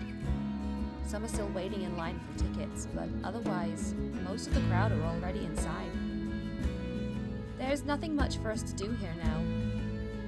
Not a word of protest comes from me when Ash gestures for the two of us to head inside. And then? Are you sure it wasn't one of the cleaning crews? Absolutely sure. Somehow, halfway through the movie, the conversation steered towards what happened in the mansion. To be fair, Zach was the one who brought it up again, in his own movie's premiere. Now, the film's just serving as a background noise, while we're speaking in hushed tones, careful not to disturb anyone inside the small hall. Well, except for Ash. I just hope we don't end up arguing about it again. Though, with how loud Ash's voice is, We'll probably just get thrown out anyway before any argument happens. Only Becca still remains engrossed in the movie, completely ignoring us. She's been quiet this whole evening, speaking only when referred to. If I didn't know any better, I'd think we did something that offended her, did we? And then I ran. You heard what happened after. I still think it's something else. It was standing right in front of me, Ash. He's one of the smartest people I know, but geez, he should learn to listen. Plus, didn't he say he doesn't believe in these things? Why is he in this conversation again? I heard what you said, but it's a small room. There are a lot of things someone else could have done there without your knowledge. If I could see it up close, maybe I can... I am not going back there. Ain't that a problem if you're hosting an open house? Rose does the first floor tour. I ain't sure ghosts can be restricted to one room, Bella. There are no ghosts, Zach. Stop putting useless ideas in her head. Yeah, but I was thinking, maybe all the house needs is a blessing. Wasn't it left uninhabited for years? Oh, the house did change hands over the years, from one distant relative of the Ermengardes to another. None of them bothered to live in it, though. And it remained that way until its current owners decided to sell it. Why didn't I think of that? I didn't peg you as the religious type, Zach. Nothing like that, Ash. Who knows, though? It might bring something positive to the place. That's not a bad idea. I just don't know where I could find someone. You're not seriously considering his suggestion, are you? Do you have a better idea? I know where. I could contact him for you if you want. You do that? Or we can find you a psychologist instead. There are very few times in my life when I wish my glowers could kill. This is one of those. Ash, that is not a very appropriate thing to say right now. No, wait, that's not what I meant. Ethnographer. I meant ethnographer. This guy's a psychologist too, of course, if you... Ashton, if you don't stop... Rebecca knows the guy I'm talking about too. She can vouch for him. Becca tears her eyes away from the screen at the mention of her name. Huh? What? Oh, are you talking about Professor Andrew? He used to work with my parents at the university. And can you guys keep it down? Sorry, the scaredy cat here mentioned curses. Not that I'm saying this is one, but talking to him is a better solution for me than getting a random priest to bless an old house. He'll even help you figure things out, teach you a couple things, and probably put your fears to rest since this looks to be bothering you a lot. Ash might be right too. However, what Zach suggested is something I'm more familiar with. Granted, they don't believe me. They're only giving me these suggestions to put my mind at ease. But it's better than being ignored or being laughed at. I can take comfort in knowing that they are willing to hear me out. So, what do you think? It's your call. We'll go with whatever you want. I don't know. I'll think about it, but if ever, I'd like to give talking to Andrew a try. Is that okay? Won't he have other things to do? He is a bit busy, but he'll make time for me. He's my go-to person when I'm stuck in something. He won't mind if I bring a friend with me this time. If you're sure. I guess that settles it then. Guys, I said keep it down. You keep insisting that we still watch it, yet you're not even paying attention yourselves. It ain't a big deal, Rebecca. I'm the one who broached the subject in the first place. It's still your film, Zachary. A good film, mind you. You worked hard on this. The least we could do is watch it with you. And that's what you're all doing. I really appreciate all of you making time for this. Sorry, Becca. We'll stop now. I throw her an apologetic look, even if Ash is the only one she should be reprimanding. But her attention is already back on the screen. She's ignoring us again. When Becca's acting this way, there's a big chance something's nagging at her. We really need to talk. We all fall into a comfortable silence after, the kind only you can share with people you're most at ease with. For the first time today, the letter lays forgotten in my bag, if only for a few hours. Night has fallen by the time we exit the movie house. Despite the late hour, the streets are still bustling full of people. Those about to head home, those set to meet someone, even those simply wandering about. Walking in the sea of unfamiliar souls, it strikes me how easy it is for one to get lost in a city as nondescript as Luxburn. I was afraid too at one point, back when I was new and had just set foot in this place. Now, with familiar faces walking with me. It feels a little like home. Zach and Ash bid us goodbye shortly before Becca and I crossed to the other side of the street, the former claiming he's got a few freelance jobs to take care of before the day ends. And Ash? Who knows? He never tells. Sometimes he'll just randomly appear at your doorstep, looking for a place to crash. He does that to Zach a lot, much to the latter's frustration. But he's a busy guy too, in spite of the laid-back air he gives off. Thanks for today, everyone! No problem, Zach. I'm sorry for what happened earlier. Huh?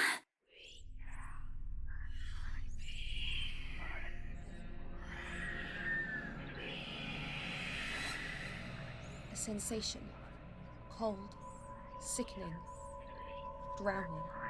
My chest tightening, breathing becoming labored. I can taste blood in my mouth.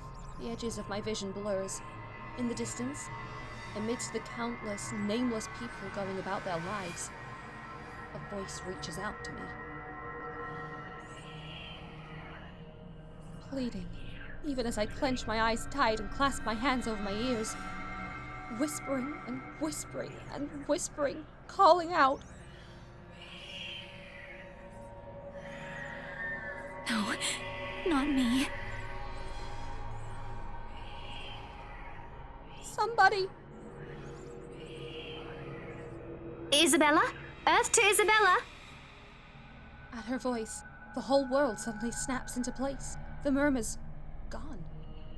When I open my eyes, Becca raises an eyebrow at me in question. Weren't you listening? Are you coming with me? Oh, yeah. Just, okay. Sorry, I spaced out. You always do that. I follow her without complaint, but not before sneaking a glance to the far end of the street, where the voice came from, where another set of eyes might be staring at me. Nothing. There are only Zach and Ash watching over us as we head back to where Becca parked her car. If I'm expecting to see something or someone there, I try not to let it show. Try not to think of the tiny pinpricks of fear crawling at the pit of my stomach. See you guys some other time. Yeah, see ya! Another glance, and with a final wave, we go off our own ways. I don't know what I saw. I don't know what I heard. I don't want to know. And if this is what would help me sleep tonight, what would give me back that normalcy in my life, then so be it. The darkness closes around me, grasping, pulling, engulfing me. Ground caves in, and without warning, I'm falling.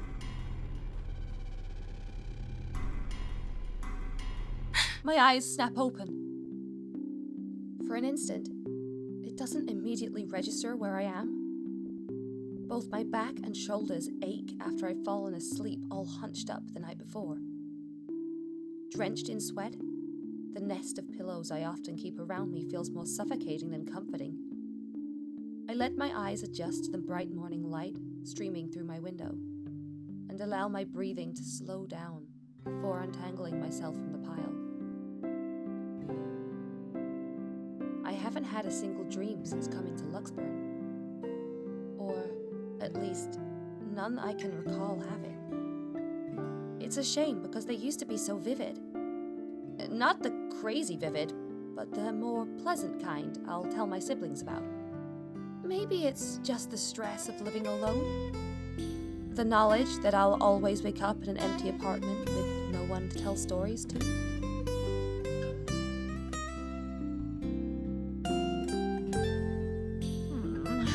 What time is it? Habit forces me to look over at the clock, even with the soreness weighing heavily on my shoulders and the compulsion to never leave my bed for the day. In a heartbeat, I'm up. Oh man, of all the times to oversleep! Towel! Where's my towel? Admittedly, it's the weekend. As an unspoken rule, that entitles me to extra hours of sleep. But if Rose didn't kill me yesterday, she sure as hell will now. And right after what happened. Oh Lord. $1 of donuts as a peace offering won't be enough the second time around. Grabbing my towel, I'm already a few short steps away from the bathroom, when a muffled ringing breaks out from my bag. There's a moment of indecision at first, my mind conflicted whether I should just ignore it or answer it. But what if it's Rose? Or worse, our boss. Oh, sheesh. In the end, the rational part of my brain wins out. The letter from yesterday peeks out when I pull the device out. Just the sight of it is enough to put me in a foul mood. And it takes every force of will for me to ignore it in favor of answering the call. The caller ID reads, Mama. Huh? It's around 4:45 p.m. in the Philippines right now. That's an unusual time for them to call.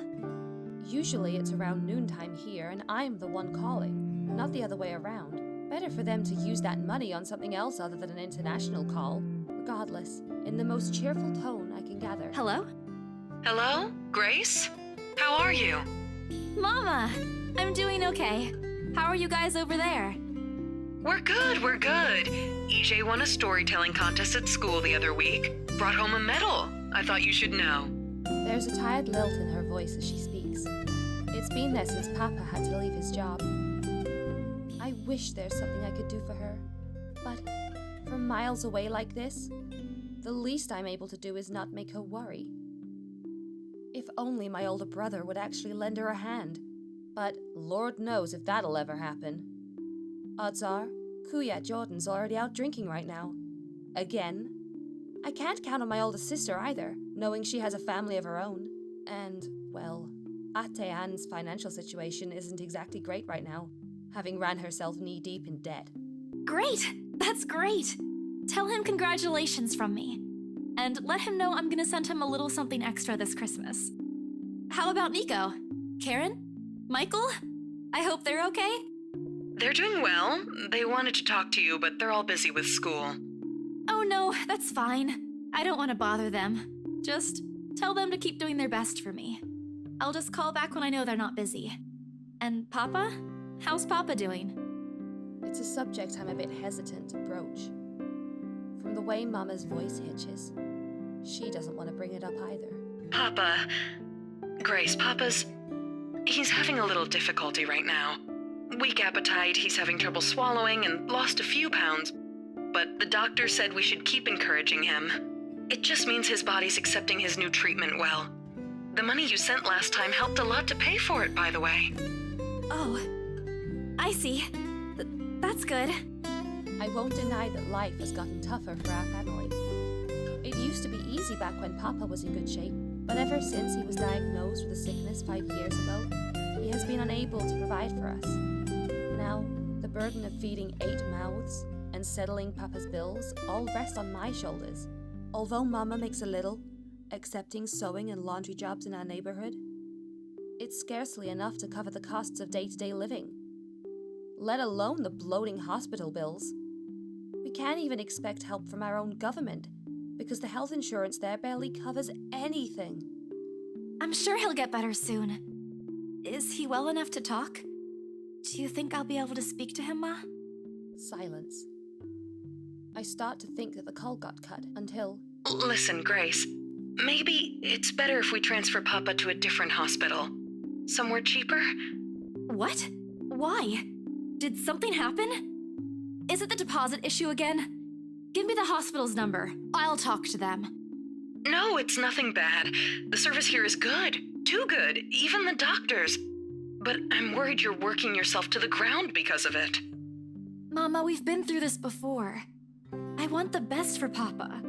And don't worry about the bills or the medicine, or me for that matter. I can handle myself. Everything's going well here. In fact, we're about to close a large sale. Hopefully. If not, then I'll find another way. She doesn't need to know that. Sorry, Mama. You taught me not to lie. Yet look at what I'm doing. I'll have money to send over soon to cover the rest of Papa's treatment. And there's more than enough for Karen, Nico, Michael, and EJ's school tuition, too. Thank you so much, dear. I appreciate it. We all do. But I just wish you'd come home to us soon. Kailan ka uuwi? When are you coming home? EJ, the youngest, used to be the only person asking me that. How do you respond to a question you don't have a definite answer to? 5 years later, and I still can't give them a straight one. I smile, though Mama can't see it. I fight to keep my lips from quivering, my voice from shaking. She's got enough on her plate as it is. No need to weigh her down with unnecessary concerns. Promise me you'll be there to welcome me when I do, okay? Of course. I'm sorry, Grace. I need to take this for a while. There's a small commotion on the other end. The sound of gates opening, the voice of a child, EJ, talking excitedly about his day at school, the tapping of his feet on the floorboards as he runs.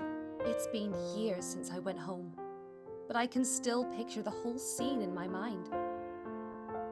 How tall is he now?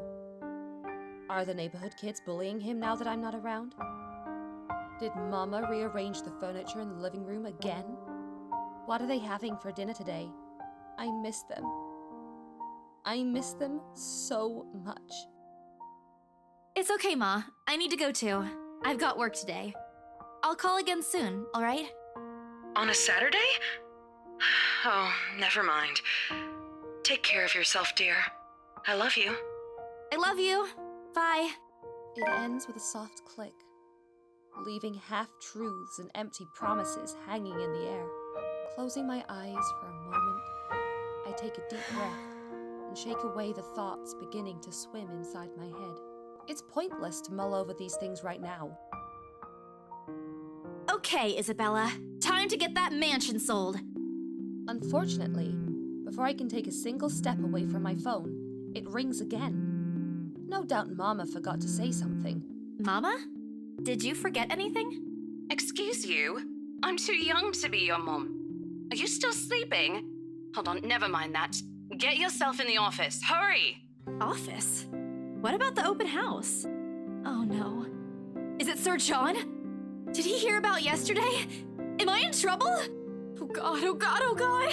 I'm gonna get yelled at, aren't I? What do I do? I'll buy you an extra box of donuts if... No, it's nothing like that. Will you calm down? Get yourself here, all right? I'll tell you everything then. There's a telltale din of several feet shuffling against a wooden flooring, and an indistinct yelling in the background before Rose cuts the connection. That isn't in any way comforting, but it's enough reason for me to hastily discard my phone and finish my shower in record time. I make it to our office within 20 minutes of leaving my apartment, completely disheveled and out of breath. A feat, if I take into account my usual travel time. Routine clamor, common to Briar Realty Corporation's Luxburn office, greets me as soon as my foot crosses the threshold. Papers rustling, telephones ringing at sporadic intervals, agents talking at varying volumes, staff moving about, and... Where the hell is C? Where are my employees? What the actual fuck, guys? Of all the times to disappear without notice! My boss's words turn muffled as someone else closes the door to his office. Likely the work of our HR manager. Throughout the past weeks, he's been in a bad mood over a few employees who have failed to report to work. I hear they're still trying to get a hold of them, but to no avail. The result is, half their workload has been shifted to all available staff, so as not to lose clients. Not that I mind the extra work. If anything, it means I'll have more to send to my family back home. Although, the rumors of a branch closure circulating because of this is indeed a bit worrisome. My bag barely touches the top of my table when Rose pulls me aside. Here, I need you to help me with these papers. If you could also get these signed and photocopied before lunch today, that would be great. One after another, she thrusts a bunch of paperwork in my hands without explanation. A page flutters away from the top of the pile, and I lean down to pick it up, my eyes scanning the top of the page as I straighten. A purchase and sale agreement.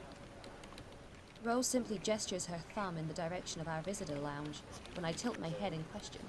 There, seated on a sofa, and looking completely out of place in the humbly decorated room, is the same couple from the day before. The Wrights. Something bubbles up in my throat. Their presence in the office can only mean one thing. They're buying it? We got a deal? She swats my hand tugging her sleeve, although her eyes are alight with something akin to joy. She wants this sale to happen as much as I do. And now that it's here, the deal needs to be closed yet. Documents need to be signed still, but the elation is there. along with a foreboding feeling I can't quite pinpoint. I had to do a little damage control, but they're already interested in acquiring the property, even before they attended the open house. I mean, isn't it obvious? They already hired an interior designer. I've never seen a buyer as aggressive as Madame Wright. She didn't even try to negotiate a lower rate. One at a time, Rose. I can't process everything you're saying at once. What do you mean? They're paying 15% higher than the listing price, as long as we get the paperwork done as soon as possible. I think if we allow it, they'll be paying up front, too. Even with that urban legend? Rose nods. Oh, I was so sure we lost the sale after yesterday. Don't look so surprised. We still have to conduct some last few checks before we completely hand it over to them. Please. I'll happily do the paperwork duty, Rose. I'll even go to the land registry myself and make sure the property changes hands with every single legal blessing. Don't they have better things to spend money on? I'd haggle it down to the lowest possible price if I were in their place. Especially with the stories attached to it. Not that my opinion matters one bit here. We're just their agents who are going to receive the hefty commission after all, nothing more. Rose gives me a pat on the shoulder, signaling that she's heading back to them, and an unspoken instruction for me to follow after I'm done. It doesn't take me long to finish what work she left me. In fact, having our boss sign the agreement is the easiest, since it has put him in a better mood, to the entire office's relief. Ma'am Hannah calls me over the moment she notices my presence at the lounge door. Her lips are twisted in a frown. She doesn't seem particularly happy to see me, and I'm not surprised. Who wouldn't be? I almost created a scene. Mr. Wright, however... Why, if it isn't the little Lily? I trust you're feeling well now. It's Isabella, sir, not Lily. I appreciate your concern. I'm feeling better now. I really don't understand why they can't get my name right. It's a fairly common name. It shouldn't be too hard to remember. Regardless, I hand him their copy of the agreement. I believe I can take that. Thank you very much. With how elegantly she plucks the papers off my hands, it's easy to think that there isn't any trace of irritation in her. But it is there, radiating in her stiff stance, in the way she's standing at a fair distance from her husband, and how the two look to be ignoring each other. Seeing this scene, it soon becomes clear to me that I'm not the one who has put her in a bad mood. Did they fight? Most probably. I've seen it happen dozens of times with my previous clients. It's a shame, especially with their new mansion. I never did like it when my own mama and papa fight. I hope they'll make up soon. Apparently satisfied with what she's seen, Ma'am Hannah claps her hands together before extending it to us for a shake. Rose and I release the breath we've been holding, both of us more than happy to return the gesture. That settles it then? Are you really sure about this property, ma'am? We could easily find you a bigger one among our current listings. Something with a modern touch? Something not haunted, perhaps? Rose shoots me a warning glance that clearly says, "Don't make a scene. We're almost there." Of course, why wouldn't I be? The house is absolutely perfect, isn't it, darling? A helipad would still be a nice addition. Yes, well, we'll get there eventually, love. As I was saying, if your partner had the documents yesterday, we would have bought it right there immediately. Shame she didn't have it. Well, there's still a few necessary documents we need you to sign after, but we'll let you know once we have those finalized. We'll be handling the process for the rest, so don't worry about it, ma'am. Within a week, I hope. We still have a housewarming party to plan, after all. You know how much thought should be put into those things. There are servants for that, darling. Love, servants or not, you're going to make people listen to your input nonetheless. No more than a week, ma'am. Barring unexpected delay, of course. You can leave it to us. Excellent. Well then, I'll leave you two to it. It's been a pleasure doing business with you. Oh, and before we forget... She discreetly folds something into both of our hands and winks. A finger raised to her lips, demanding our silence. What happened the day before was quite unfortunate, but you did get us what we wanted in the end. That, at the very least, is commendable. But this is... Ma'am, I can't accept this. Don't you worry, darling. It's a small thing coming from us. Consider this your bonus for a job well done. She smiles sweetly, like this is simply the most normal thing to do in the world. Oh, before I forget, my lovely interior designer would appreciate it if you hand her a copy of the floor plans as soon as possible. She's dying to work on the house.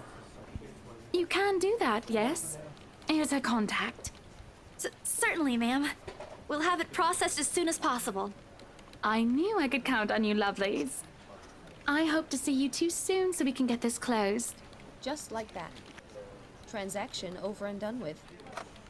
My mind's still reeling even after they've left. Other agents would kill to have clients like them. Part of me feels lucky about the fact. No lengthy negotiations, no sudden change of minds. Just talk, signatures, a few handshakes here and there, and we're done. The other part?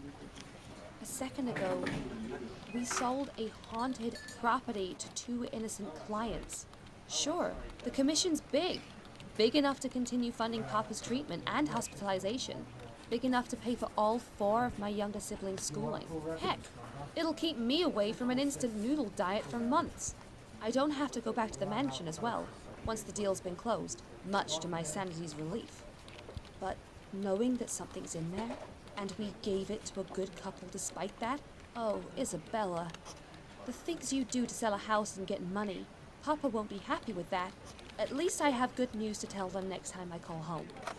The little lie I told Mama this morning isn't a lie anymore.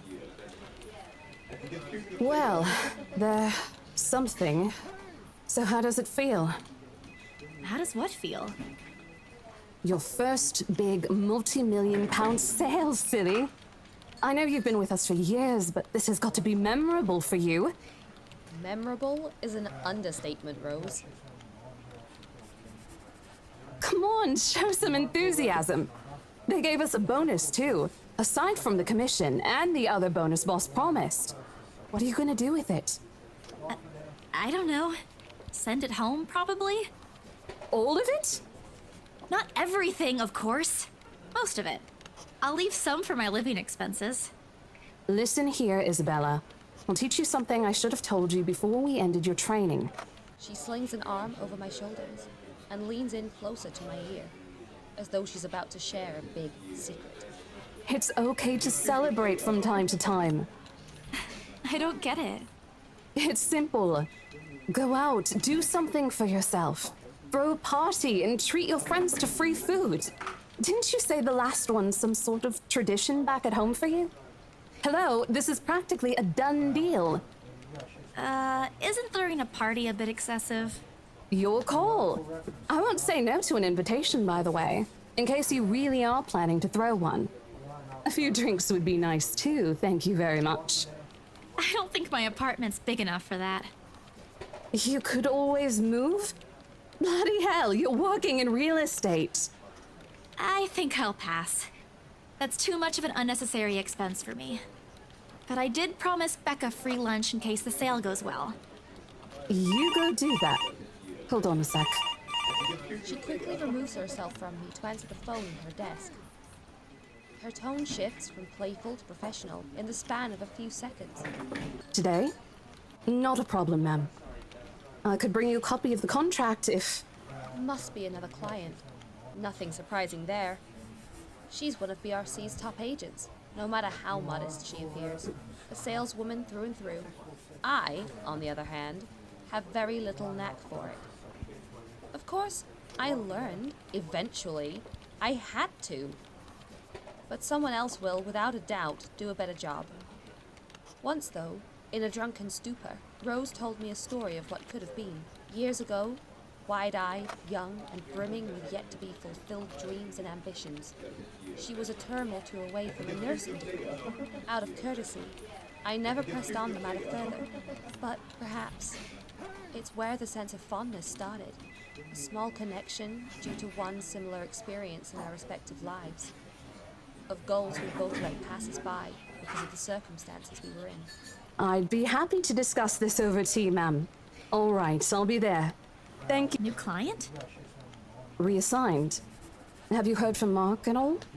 Not since the first visit to the mansion. Why? No news from the HR yet? None at all. Boss thinks he ran away. I doubt it, though. He's too much of a wimp for that. There must be another reason. Who knows? Anyway, I've got to meet this one. I'll see you later. She throws a wave over her shoulder as she rushes out of the office. The lunchtime bell sounds shortly after, followed by the chatter of fellow agents, also heading out for a much-needed break. Ordinarily, there is no need for me to go out, but oversleeping didn't allow me the luxury of packing my own lunch today. If one considers taking an instant noodle cup from my pantry hacking your lunch. Time to make good on the promise I made to Becca, I suppose. Maybe invite Zach and Ash, too. In the end, only Becca and Zach could come. Ash, on the other hand, couldn't be reached. All of my calls went straight to his voicemail. He's at it again. Right here, today, gone the next day. Oh well. His loss. We have agreed to meet at a nearby cafe. Same one I frequent with Becca, because it's cheap, and they give away free bread around closing time. Quaint. A little old-fashioned, though looks a wee bit out of place amidst the city's tall buildings. But we love it all the same. Much like its facade, the interior carries an antiquated charm to it. Vintage art pieces and rows of shelves boasting an extensive collection of books cover the walls. It would have been nice to hang out here for hours on end, but even on a weekend, the place is still packed with people. Thankfully, Becca and Zach have already found seats and are engaged in some casual chatter when I arrive. It's strange seeing the two of them without Ash accompanying the other. They've never been particularly close. Sure, they talk when they meet, laugh at the same things when there's something funny, but there's distance, the kind born purely out of differing interests. That or Zach's simply afraid of Becca. It's not impossible, and I won't blame him if he is. He might be the tallest in our group, but everyone knows that it means nothing against Becca's temper. Even I am a little scared of her. Zach! Becca! Well, you seem to be in a better mood today. What happened? I know that smile, Belle. Come on, still. Don't rush me. Let's order food first, okay? A waitress comes by to take our order.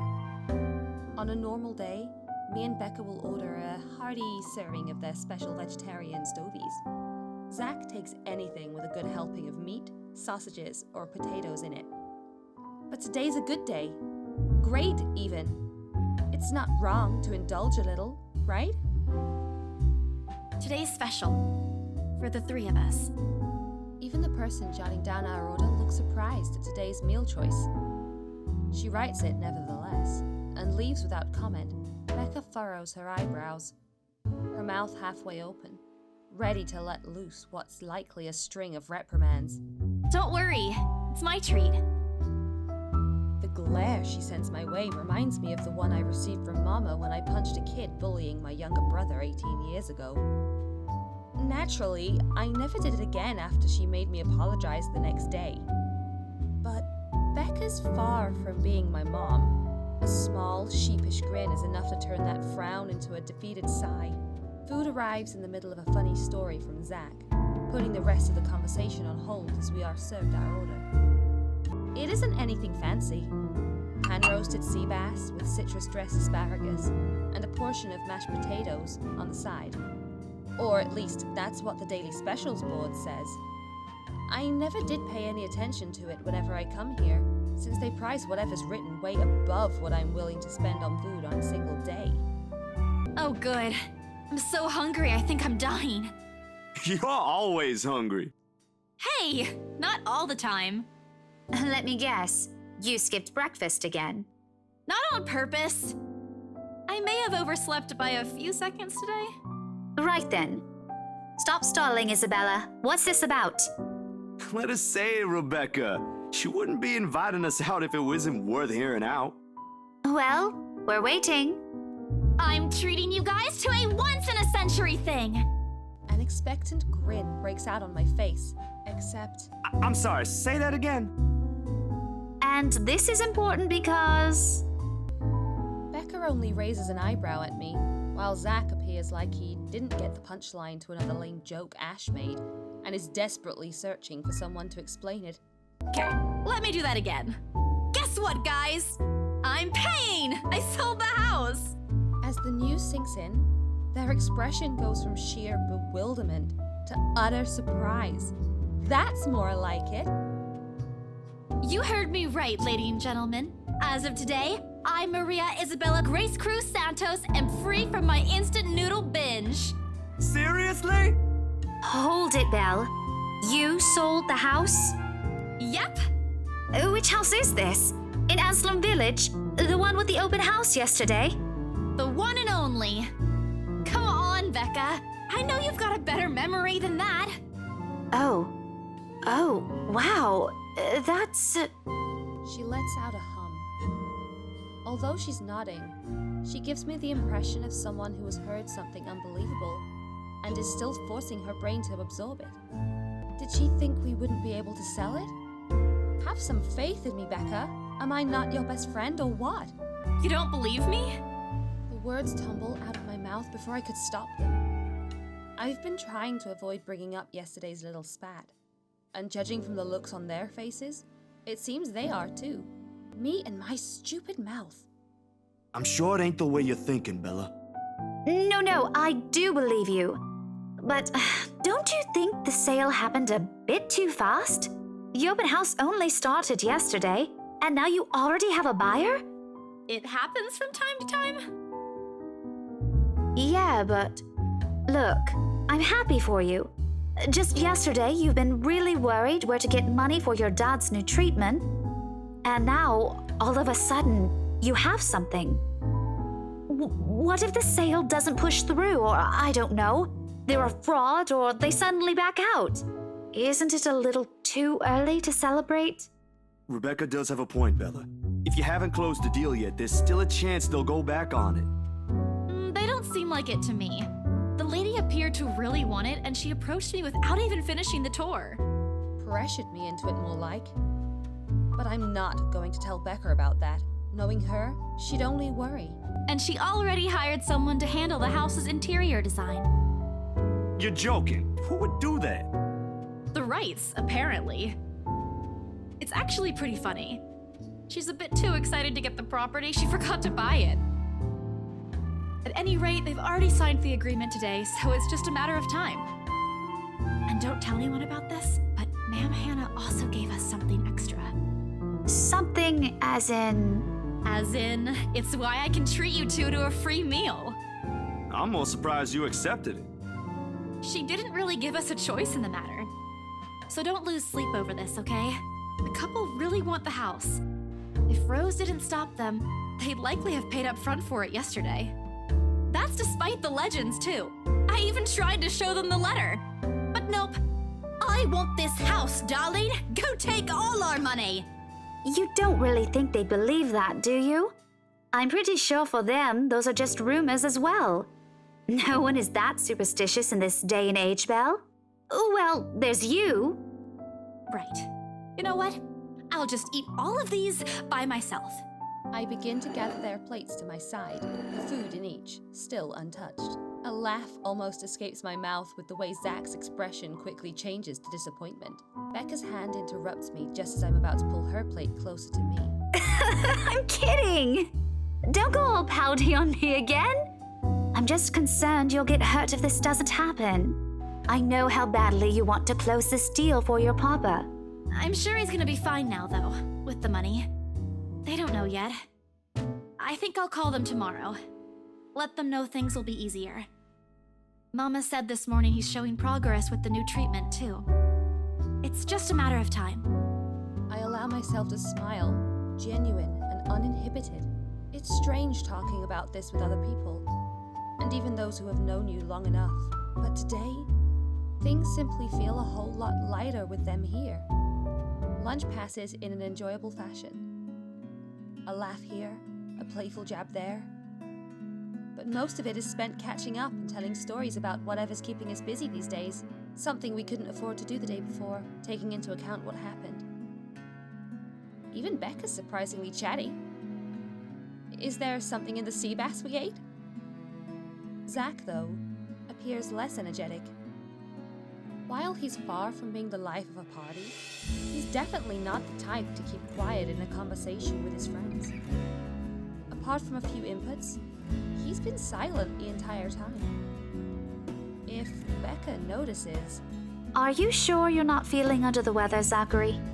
Huh? No, I'm okay. No worries, Rebecca. Doesn't sound okay to me. It's okay. I might be feeling a little bummed out today, but I'm sure this will pass. Is it about the reviews this morning? A pained expression crosses Zach's face. And almost immediately, Becca retreats in her inquiry as though the man's look is enough of an answer for her. I look between the two of them. Did I miss something? What happened this morning? Did I stumble on a big secret? This is why I don't like waking up late. You heard about those, huh? Sorry, I just happened to check on some sites this morning. Nah, it's a very sensitive topic in the first place. I should have expected it. What reviews? Becca glances at Zach, her emotions unsure, eyes asking for his consent on the matter. Although there's a small desire to keep asking on my part, I don't dare voice it out. With Zach, it has always been better to wait. Let him speak on his own. Becca too, to some extent. Although with her, explosions of temper are more common. In the end, he simply answers with a shift of his shoulders, gesturing for her to go on with a tilt of his head. It's his movie. That doesn't explain anything. Stop dangling the information, Becca! Zachary, I'm not the one supposed to be telling her about this. It's still your documentary. Is it something bad? Not bad per se. You guys don't need to dwell on it much. Bad? Listen here. I wouldn't trivialize what those bowheads wrote if I were you. They're ruining other people's jobs. From how her tone rises in anger, it seems like she's the one slighted and not Zach. A snicker escapes me, which I promptly stamp down on as soon as she sends me a hard look. This isn't a laughing matter, Isabella. Some bowbag just insulted him. Calm down, Rebecca. Those are just reviews, and it happens a lot. I do not ken about you two, but calling the entire film an out-and-out drivel, you're better off watching an educational kids' TV show, and worst 1.5 hour of my life, among other things, isn't exactly a critique any decent movie reviewer would say. If you could call that a critique, did we even watch the same film?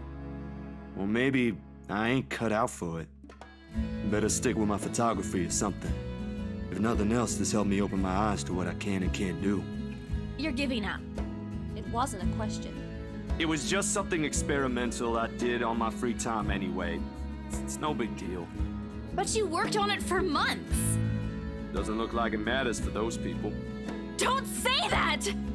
My palm strikes the table, sending the tableware on top clinking against each other. I didn't even notice when I rose from my seat.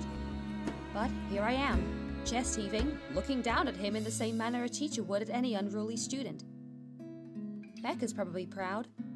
I didn't mean to yell, but there are some things people like Zach aren't supposed to say. How exasperating! He, of all people, should know.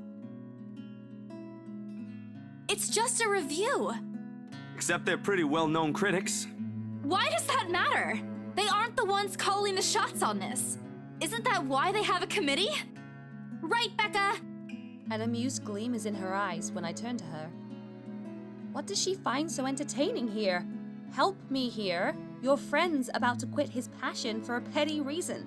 I haven't read what those people wrote about his work, but a few scathing words shouldn't be enough to discourage someone. I should know. After all, I'm... Failing means you're playing, Zach. Not that I'm saying it's bad. I've seen it from start to finish, and I know for myself what you created isn't something people should scoff at. I don't know anything about filming or photography. Hell, I don't have an inkling of artistry in me except for those doodles I make for class. But I know what I watched. Look at Isabella. It's not every day you see her all riled up like this. Whatever I'm about to say gets lost in my tongue as a flush of embarrassment blooms across my face. It was a heat of the moment thing. And anyway, I'll be very angry with you if you quit. What about the exhibit? What exhibit? Classified information. Even if I bring you your favorite tonight? Nope, not a chance. Oh, come on! I thought we aren't supposed to have secrets. A burst of laughter comes from Zach. Thanks, you two. I might need some time alone to myself for a while. Just to think about things, how I'll go from here, that sort of stuff. Hey, I'm not quitting, Bella. Don't give me that face. There's no face at all. Only a poor imitation of puppy dog eyes, if you could call this one. Promise? I'll be damned if I break any promise I make to you guys. Besides, you're right. It's too early to say anything right now. What's night ain't for another week? And that's all the answer I need from him. As sentimental as it sounds, there's fulfillment in knowing another person you know won't take the same path you've walked. It's not like it's over for me, though. I still have time. I could still come back, do my own thing, do what I really want to do. Surely, once Papa recovers, once I'm done with everything. Inside my bag, my phone buzzes unexpectedly, breaking the pleasant afternoon lull. The screen shows Rose. Hey, Isabella. You at the office?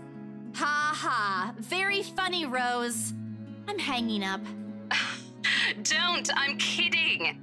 BRC says the floor plan copies are ready for Miss McCullough to pick up. She states that as if it already explains everything. Then, out of the blue, she launches into a long rant about the awful state of Luxburn streets, all of which she says in a single breath that I can barely keep up and make out a single word. I stay quiet, if only to avoid becoming the next object of her frustration. She's similar to Becca in that regard. I'm stuck in horrendous traffic right now. Bloody stupid drivers. When she has finally ran out of things to complain about and stops, what she says next still has none of what I'm hoping to hear from her. Just a quick, mumbled plea for me to meet the right interior designer in her stead and— Anyway, I'll leave it to you. Bye, thanks. Classic Rose. She ends the call without even asking for my input. The sky is cloudless, and the noontime sun is beating down on the hard concrete when we leave the cafe. It's far from unbearable, but it's enough to put most people in a fickle mood, or make them vulnerable to catching something. No wonder we have staff members going AWOL lately, not to mention my boss's mercurial moods. I can't believe I'm saying this, but I want our usual cloudy weather back. For all the gripes about the unpredictable weather though, the streets of Luxburn remain constantly busy. The hurried tapping of shoes against the pavement and inane chatter coming from the lunchtime crowd fill the humid afternoon air. A small reminder of the things we still have to do, regardless of how much I want to return to the comfort of my bed. Back to Briar Realty for me, Zach to a meeting with a magazine publisher featuring luxury houses, and Becca to her lesson plans and books at home. But, more than once, I catch her sneaking a longing glance over something displayed on a shop window. Did she want to buy something? Maybe I can get it for her this Christmas. I turn my head at the last shop she checked out. A fleeting glimpse. The world stills. She looks at me. Eyes hollow, gaze piercing, and boring into my very soul, like a set of chains to keep my whole body still. There are no shadows or whispers this time. Only a plea, a hum, low and indistinct, compelling me, beckoning me, intent on dragging me to the void beyond the glass. My heart hammers against my ribs, each beat, every thump screaming at me to look away and make a run for it. But I can't. I couldn't. All of my limbs feel heavy, while my own breathing strains in the face of her calls. Leave me alone. Her mouth is stretched in a grin, wide and unpleasant. The panic building up in my chest forces me to take a tentative step back. I try not to stare at the decaying flesh, the blood streaming from the gaping wounds on her arm or her nailless fingers. I don't want this. Not like this. Not after I got what I want for Papa. No, stop. Leave me alone. Her face contorts, and she lets out a wail, sharp and utterly unforgiving. Rage There is only hatred and bitterness, as if the very notion of turning away from her is an offense in itself. Please! I don't want this! Before I know it, I'm stumbling backwards. My own throat hoarse from the screams I didn't even notice already coming out of my mouth. The back of my feet catches on a loose stone, sending me sprawling on the ground. The resulting pain completely jolts me out of the haze, blurring my mind. For a little while, my surroundings appear unfamiliar until Becca's face swims into my vision. A look of concern is on her face, and her hands are gripping my arms tight. Even Zach appears beside himself with worry while he stands behind her, acting as a shield against the small crowd of onlookers already forming around us. What happened? Bella, you okay? My mouth opens and closes, but nothing comes out. The words refuse to form. On impulse, I sneak a swift glance at the display window.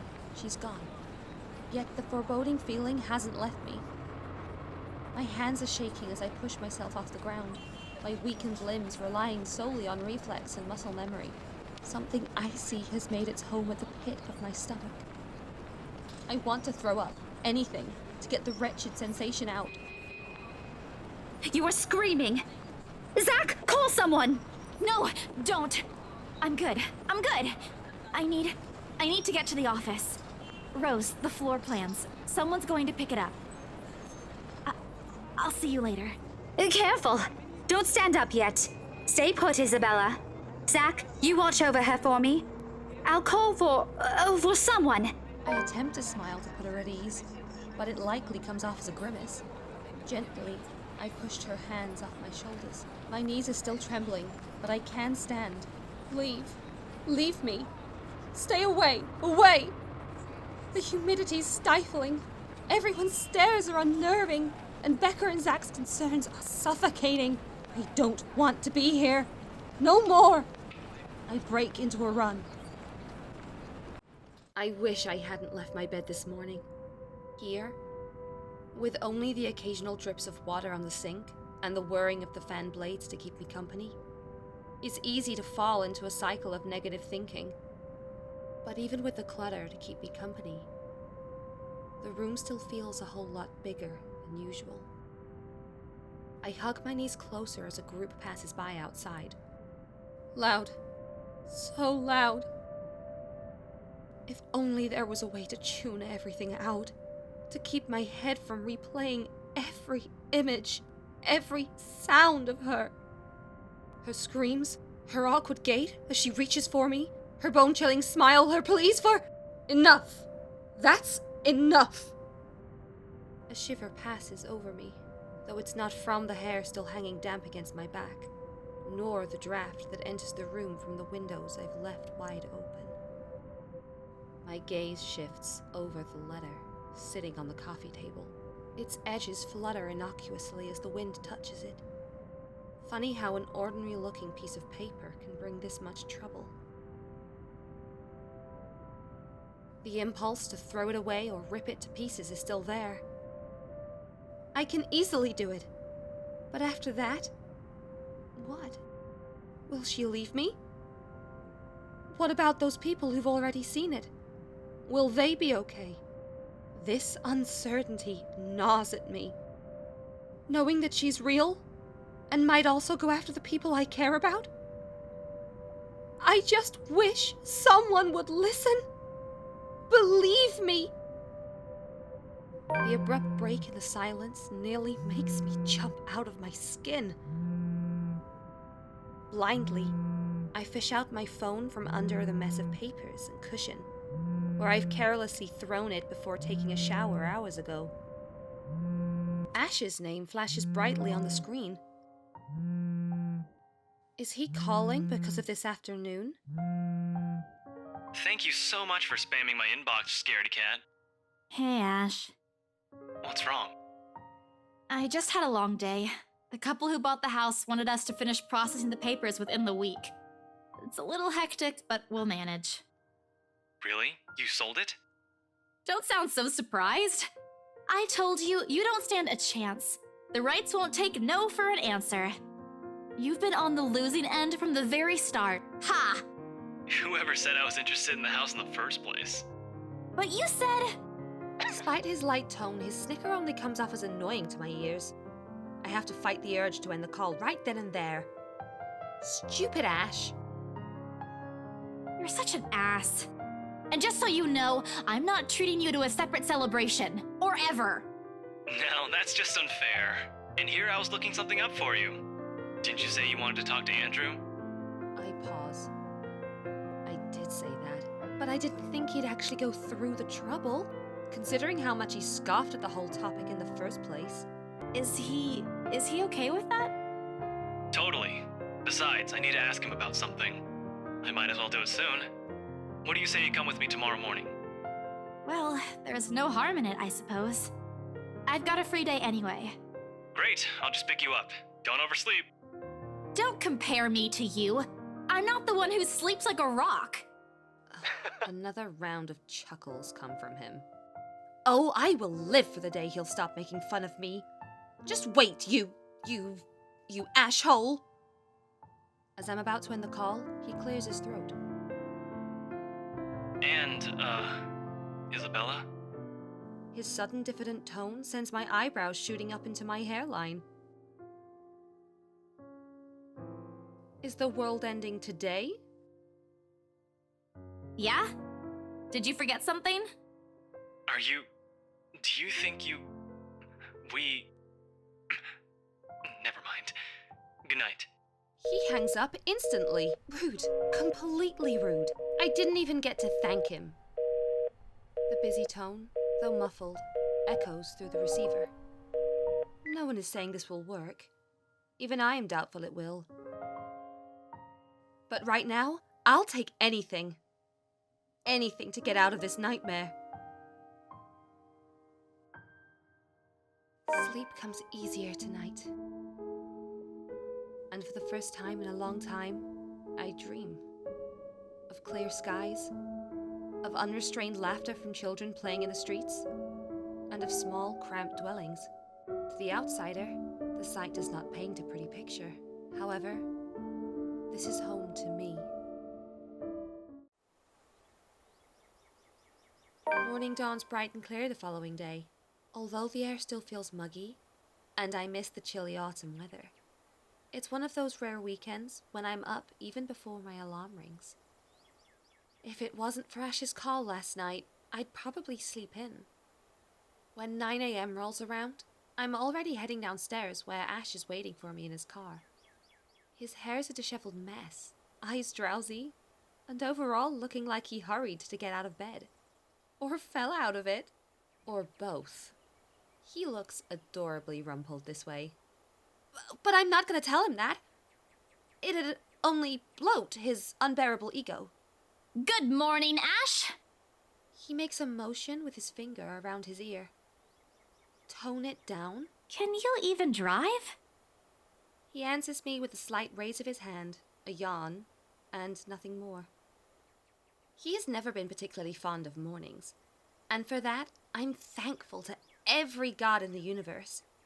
Less mental capacity for him to make fun of me. Ha! There's the reason why mornings are my favorite. It doesn't take long for us to reach our destination, a small cafe situated in Luxburn's busiest street, the same one I'd often visit with Becca for its cheap food. I've never gone here on a Sunday, and it's striking how different it appears without the usual weekday and Saturday rush. The atmosphere especially reminds me of something we also have back home, near the university I used to attend. I wonder what happened to it. It was being renovated before I left, so I never got to visit one last time. The place has always had a calming effect on me. But today, despite standing in a place similar to it, anxiety easily washes over me as soon as I step out of the car. I'm quite used to dealing with people I've never met before, thanks to my work, but still, I don't know him. In spite of the fact both Ash and Becca have vouched for him, what will he think of me and my story? What if he thinks I'm crazy? Hell, even my own friends thought so. I draw in a breath to quell the panic beginning to rise in me. Oh well. Only one way to find out. A few hesitant steps forward. And then Ash is suddenly pulling me back by my elbow. Hold on, scaredy cat, not too fast. Without warning, he flicks my forehead hard. That hurts! What was that for? He's already walking away when I look up, and I hurry to catch him, puzzled. I really don't understand this guy. At least explain why you're flicking other people's foreheads all of a sudden. So rude. Get yourself together, will you? He's not going to bite. He's very accommodating, too. I wasn't scared of him or anything. You don't look like it. Didn't sound like you were okay last night either. Huh? What was that last one? Hey! Don't just ignore me! All questions and retorts die on my mouth once he opens the door to the shop. A cast iron bell attached to it chimes softly, announcing our arrival.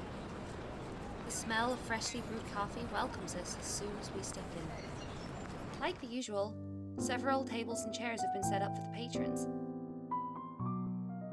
But most of the customers have forgone them in favor of the more comfortable throw pillow and bean bags the staff have laid out on the floor. Becca would love to know that they have something like this on Sundays. She's been complaining how uncomfortable the library chairs are for a long time now. Ash leads me to a secluded spot near the window, where an old man, probably in his 50s or 60s, is seated, enjoying a brew and a book. Professor Clark. It's just Andrew now. I'm no longer your professor, Detective Inspector Frey. The guy, Andrew, looks up from his book and gives him a smile. A sheepish look crosses Ash's face at the older man's admonishment. More unusual, in my opinion, is seeing him appear like a parent has just scolded him. But it suggests a familiarity between them. One that goes beyond what someone expects from a simple student and mentor. With another warm smile, he gestures for us to take the empty seats opposite him. Have you been waiting long? Quite some time. But I come here early on weekends. Best time to get their first serving of VeryClass. They're the only place that serves it here. I took the liberty of ordering for you two. I hope you don't mind. I thought it'd be best to talk over a decent helping of coffee. Soon enough, a waiter brings us 2 more cups and sets down a basket of pastries. Aren't you going to introduce the lady? Ah, right, sorry. Isabella, this is Prof. Andrew. He's one of my professors back at the university. Andrew, this is Isabella Santos. Santos. Portuguese? Spanish? Brazilian? Mexican? Filipina, actually. It's a pleasure to meet you, Professor. Ah, your name carries a lot of history, Miss Santos. Just Andrew is fine. Don't do what Ashton's doing. He doesn't listen to this old man. He doesn't listen to anyone, more like. The awkward tension, typically present in first meetings, dissipates after that. I was expecting someone strict, and, to an extent, someone severe. But Professor Andrew Clark is definitely the opposite of what I have in mind. The more personable kind. Similar to a grandfather who dotes on you at family gatherings. It's obvious why Ash has taken a liking to him. Ashton tells me there's something you wish to discuss that I could help with. Let's hear it then. I keep it short and concise. I found a letter in this old mansion. Now I'm cursed. Exactly as I have told Ash and Zach when they asked about it. I don't mention the name of the place. No use saying it now that someone else legally owns it. No use dragging other people into my problems. I'm sure it's that letter I found, but I don't know anymore. I just want to know how to escape this nightmare. Of course. We're talking about the one in Anslem Village, aren't we? How did you... Don't look so surprised.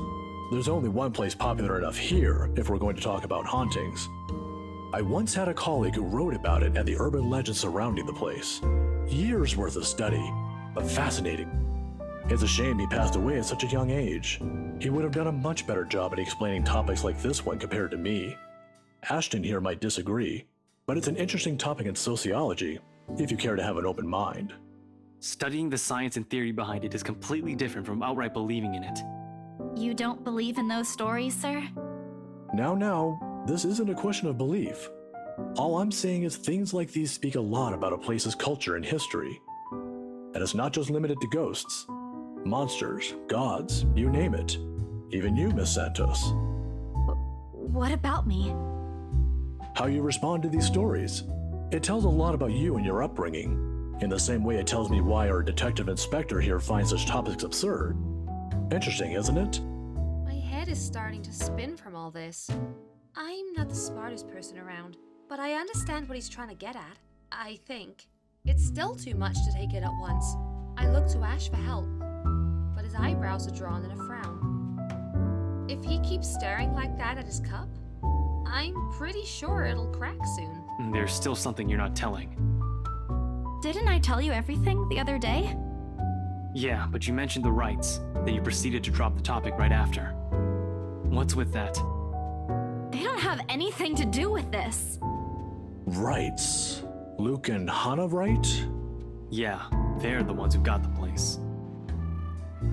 I'm not surprised. They're the kind who gets what they want once they set their eyes on it. From what I've heard, word gets around. A heavy sigh escapes my lips. Popular or not, they're just my clients.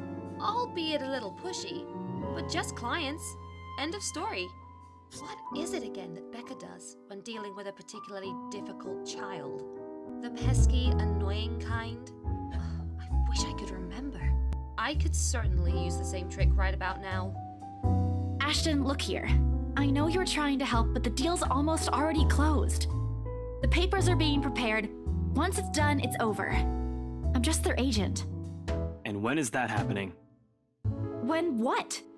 Is there even a purpose to this line of questioning? Your working relationship with them. When's it going to end? About a week from now. It depends on how long the approval process would take, but they wanted us to rush it. Really? You're absolutely sure about that? Yes, really. Unless they want to buy a house again and want me and Rose to be their agent. If yes, then I don't see a problem with it. Now stop annoying me about it. Don't accept it. What? Why? It's my job. Oh, Lord. Even my younger siblings aren't this difficult to deal with. Then again, Ash is far from a younger sibling to me. If he'd only spell it out, surely I'd understand. We wouldn't even have to talk about it right now. That's how it is, right? Find an even ground. Talk about it like the adults we are. It wasn't like this before. But somewhere along the way, something has changed in us. As people, as friends. I wish there was a way I could tell when. Or why. Instead, I'm left searching blindly for reasons. The next thing we know, we'll be drifting further and further apart. How frustrating. Now, kids, settle down. We're not going to solve anything by shouting. Sorry, Sir Andrew. And we're not going to solve anything either if you keep omitting things. Speak for yourself. I'm not the only one doing it. You'll have to forgive my former student, Miss Santos. He's always been the curious kind. Many people think he's lazy, but it's actually the opposite. I see that hasn't changed. Oh, really? How is he back when he was your student? I'm sorry, I need to ask. He doesn't talk much about that. And there's a reason why. Please don't. Tried to sleep on the first day of class. He didn't repeat it after what I made him do when I caught him. Students like him are the easiest to deal with, once you know what piques their interest. I'd have to say, he's one of the very few who's actually interested in the subject, though. But there was this one time when... By the end of the conversation, Ash looks like he's praying for the ground to swallow him. He's never been one to talk about himself. What I know about him are mostly bits and pieces I've gleaned over the years. He's an atrocious singer, he's bad at art, and he has a personal vendetta against mornings. Now, it feels he isn't that hard to figure out after all. It's past noon when Andrew has to leave us for another meeting. But before we separate... Miss Santos, a word of advice. Just keep in mind that when it comes to cases like this, things aren't always what they seem. Naturally, the mansion in the letter was brought up several times during our talk. And though Ash is right in that Andrew offers a different perspective, he has left me with more questions than answers instead. What is she? What does she want from me? Is she ever going to leave? They all continue to bug me after we've left the coffee shop. I don't even notice when Ash takes a different turn on our way back. Where are we going?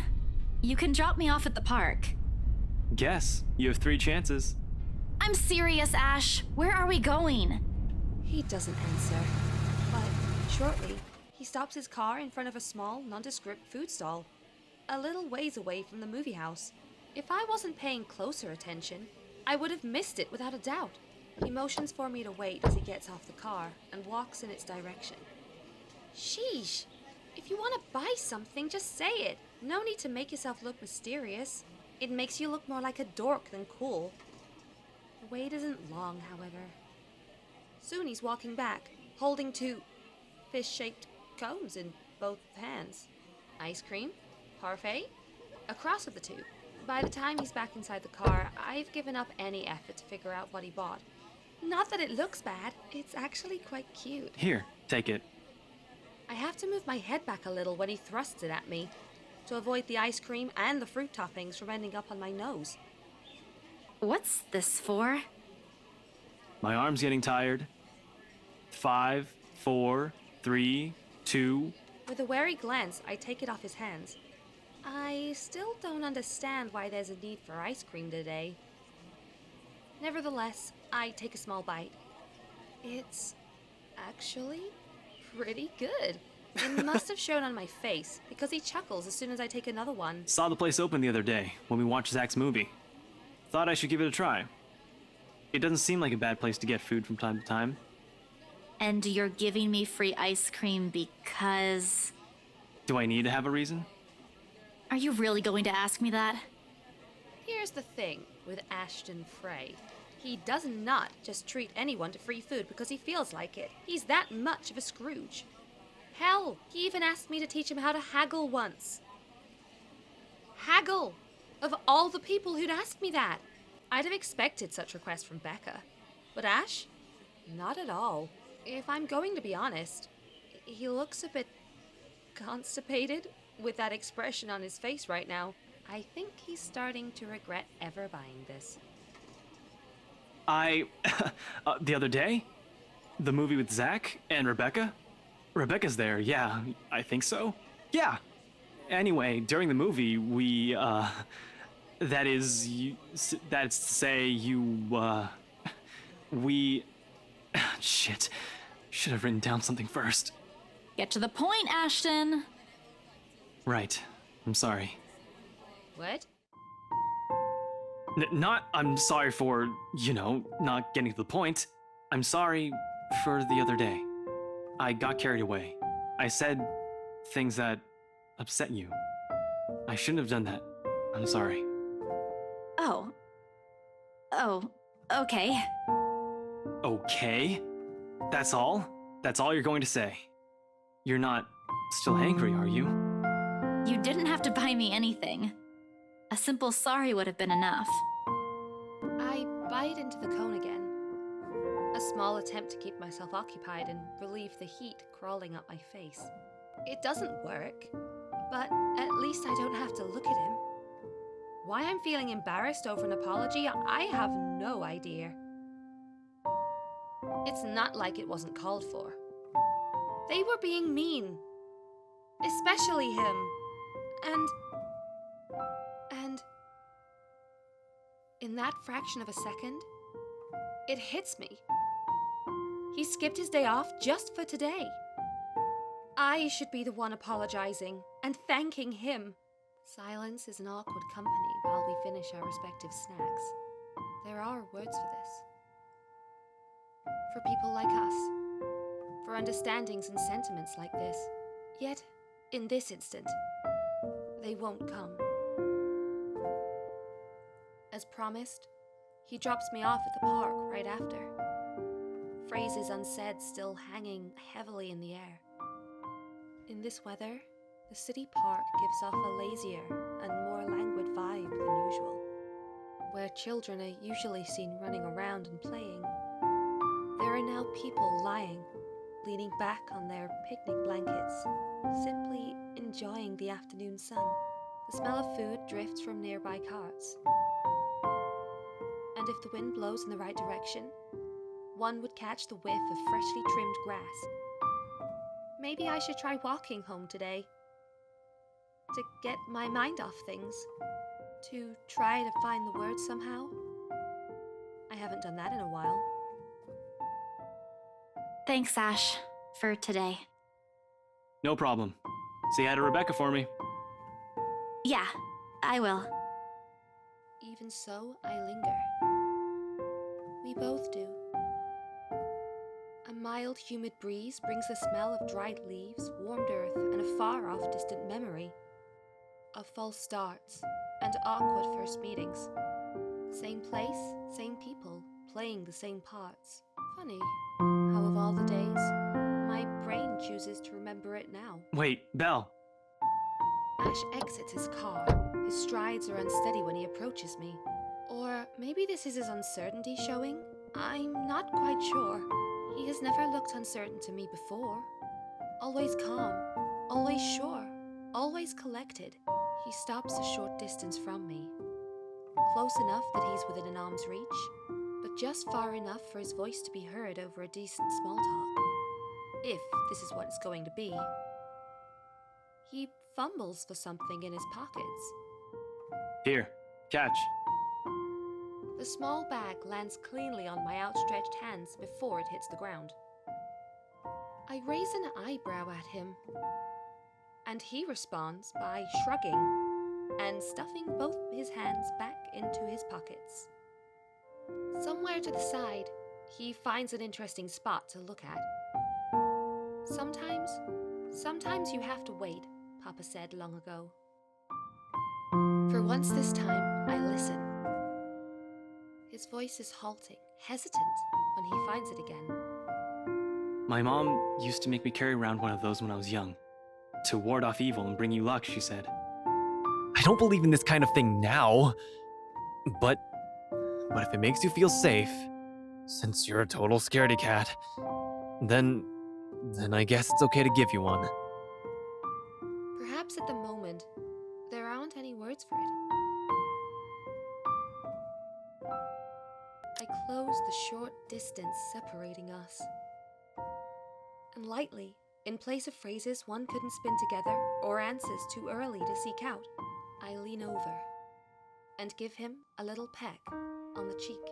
The touch is short, fleeting. The kind that speaks volumes of boundaries we don't often cross as friends. Nevertheless, the thought is there. It lingers. In the gentle autumn wind that passes, in the empty space separating us when I step back and look up at him with a smile. It's easy to express gratefulness this way, isn't it? At least, with my own family, that's the case. For the two of us, I'm not quite sure. Did he understand? After all, gratitude is considerably harder to put into words when you've spent the latter half of your friendship teetering between good-natured jests and ruffling each other's feathers. Seconds pass before he clears his throat. His face has gone remarkably red, whether from the heat or something else, I can't quite tell. But he understands. I know he does. Because the smile on him, when he finally meets my eye, is the gentlest I've seen him show. I, gotta go. Got some reports I forgot to file the other day. Yeah, see you around. Thanks for the ice cream and the charm. Don't lose it. You won't find one here again if you do. I won't. I might move like I have 2 left feet, but I know how to take care of my own stuff. I'm not a total klutz. I know. In Belle, remember that one time? Devlin Court? Oh, I do. With all the clarity in the world. You... At the time, when we... What I'm trying to say is that you can rely on me if something, anything happens. Not the exact same thing, of course, but you get the idea. I'll be around. I'll keep that in mind. You're not that bad after all. Before leaving, he waves at me one last time. The next time we talk, we'll be back to the way we are.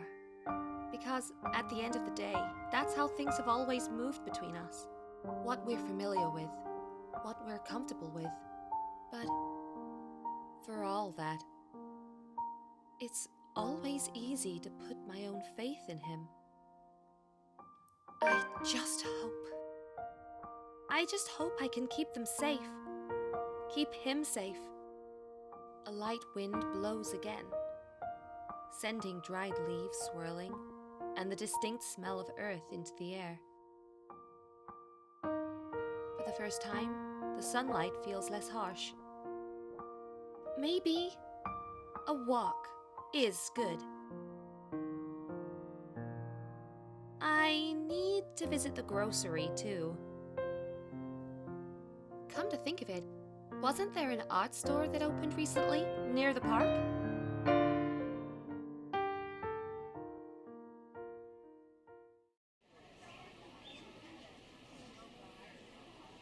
The cat's name is Baruthiel. Or at least, that's what his collar says. It's an odd name to give a cat, in my opinion. But it speaks grace, much like the one who carries it. It shows in the way he swishes his tail, and his eyes follow my hand's every movement. I'm not sure what he finds fascinating in me, to be honest. I wasn't the very picture of grace when he found me, after all. It was a bad idea, carrying 2 heavy bags of newly bought art materials and groceries without help or a sure ride home. In hindsight, perhaps I shouldn't have bought all of these at the same time. I didn't even make it past the park. And now, I'm suffering underneath the glaring afternoon sun, hunched up on a park bench and drenched in sweat, in the company of a cat, curiously watching my every movement. I hope it stays where it is.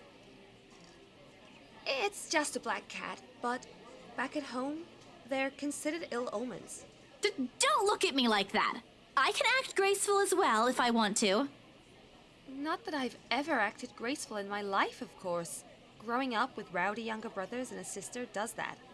Or maybe it's the opposite. Mama used to call me a little troublemaker before...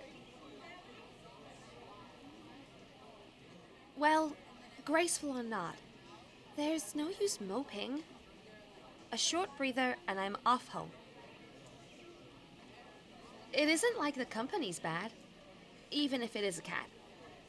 As long as it doesn't bite or cross my path. Where's your owner, anyway? He has one, doesn't he? An owner? That's what the collar's for, isn't it? A bandage is wrapped around one of its paws, though. I wonder what happened to it. Did he run away? Well, if you don't have one, I won't be able to take you in. My apartment doesn't allow pets. I tried to bring one home before, a cat. Not black, of course.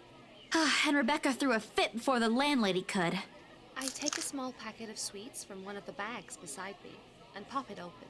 As I'm about to put one into my mouth, he meows. My hand stops. Do you want one? He doesn't meow again as I'm expecting him to, but I take his unblinking gaze as a yes. I shift the piece to my palm and hold it out to him warily. He sniffs at it once, twice, before... Baruthia! Like a good, properly trained pet, Baruthiel responds as soon as he's called. Recognition comes as soon as my head snaps in the direction of the voice.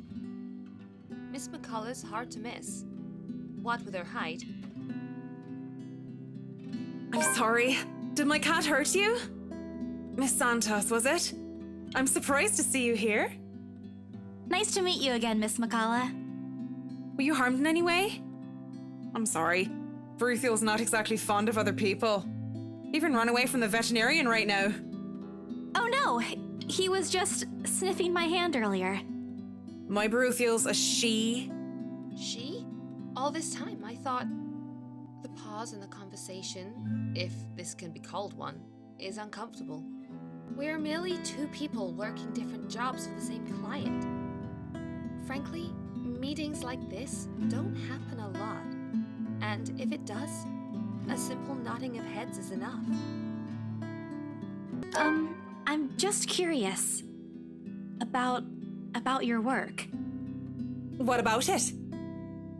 There is something guarded in her expression at the mention of work, but I pushed through with my question. I just want to know how it is to work on a house like the Ermengarde Mansion.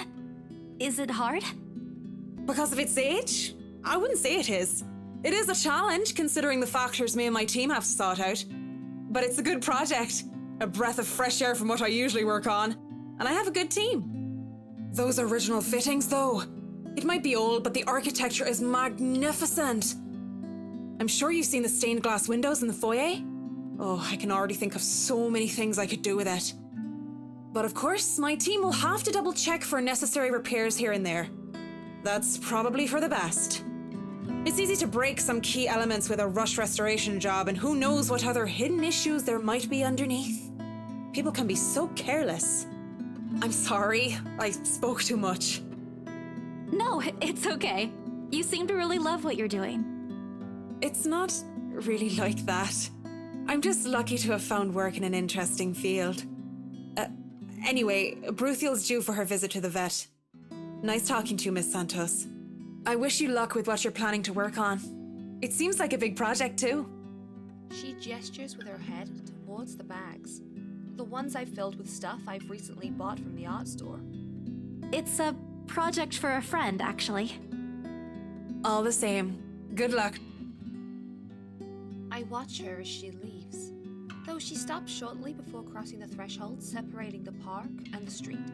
She faces me again, looking like there's something she has forgotten to say. By the way, about the Ermengarde Mansion, with my clients, it's the rights, I hope you don't mind me asking, but has the deal been finalized? There's still a few papers they need, but the house is more or less theirs now. Thank you. That's all I needed to know. Wait, about the mansion, the letter. The same one they saw. Whoever she is. She's asking for help. Someone. I want to tell Miss McCullough that the urban legends aren't just legends anymore. They're real. She's not going to believe me. Don't mind me. I need to go too. Have a good day, Miss McCullough. I hasten to pick all the bags I've left on the bench and run as far as my legs can take me. Home. I want to go home. Anywhere where I won't be reminded of the house. Of her. Of my own cowardice. The food tastes less appetizing tonight. A pity. One would think that someone who has been on a continuous binge of instant noodles would find a home-cooked meal enjoyable. But it isn't. Hunger isn't what is gnawing at me tonight. Neither are my sore muscles. The TV runs loudly in the background, but what it says barely registers in my brain. It's hard when the things you're trying to forget keep returning to the forefront of your mind. It distracts you, eats at you, devours you. I wish this would stop. I wish I wasn't the one that picked it up. I wish it was somebody else. In other local news, a woman was found dead in her home. Luxbourne police officials are currently investigating the crime scene, but has classified the case as homicide. Huh? The victim, identified as Rose Pamela Cooper, 33 years old, working as a real estate agent. Rose? Discovered lying in a pool of blood in her 2-bedroom flat with the words "Help me" repeatedly written on the walls. No. No! This isn't what I want. This isn't supposed to happen. None of this is supposed to happen. No one's supposed to die. Those are just stories, right? Legends. That's what everyone has kept telling me, so why? And I... Immediately, I rush to my study table in search of my phone. My hand, cold from dread, clings tightly to it as soon as I touch its edges. A piece of folded paper, the letter, lying unassumingly beside it, slips to the floor when I pick up the device. But I pay it no mind. There are more important things. Right now. I need to call her. I need to call her. I was with her. I was just with her not too long ago, and she was okay. No. No. No! It isn't Rose, I'm sure of it. I just talked to her, and a sob escapes me, and hot tears begin to blur my vision. One after another, they trickle down, weighted by the very same guilt I refuse to admit I've been carrying from the start. The same one I've been hiding from. The same one that has put the people I care about in danger. My hands shake as I navigate to Rose's number on my contacts list. She'll answer, right? That's what she always does. She'll pick it up, tell me to turn down the waterworks, and call me a wuss afterwards. She'll answer. Please answer, Rose. Again and again I dial, whispering, praying, pleading. Come on, Rose! Don't do this to me! Please pick up! I know you're there, Rose. You're not dead. Please tell me you're not. This adds to the series of deaths and disappearances that has plagued Luxborn in the recent years. The authorities are currently looking at a possible link with the notorious Anselm Butcher case. The TV runs loudly in the background. A deafening static sounds from my phone speakers. But in my ears I can only hear the screams, her pleas, her whispers. We are not safe. A buzzing sensation jolts me awake. My body still wants to sleep, to forget what I heard, what I saw last night. But it's there, nudging, prodding at me. Slowly, I become aware of how awkward my position is, and the aches that accompany sleeping in a curled-up position the night before. If I even slept at all. The memories are impossible to forget now that Rose is gone. They say it's easier when you say it out loud. Instead, the words weigh heavier on me each time. She's gone. Gone because of me. Gone because of one letter I was too curious to look at. I should have been more careful. I should have just kept my mouth shut. I should have destroyed it before anyone else had gotten involved. I should have... The notification light on my laptop blinks incessantly, mockingly, when I look at it, as if it's calling me back to a sense of normalcy. I check it, nevertheless, out of habit more than anything. If this were one of those typical days, I'd happily comply and get myself to our office. Today, my limbs just feel heavy.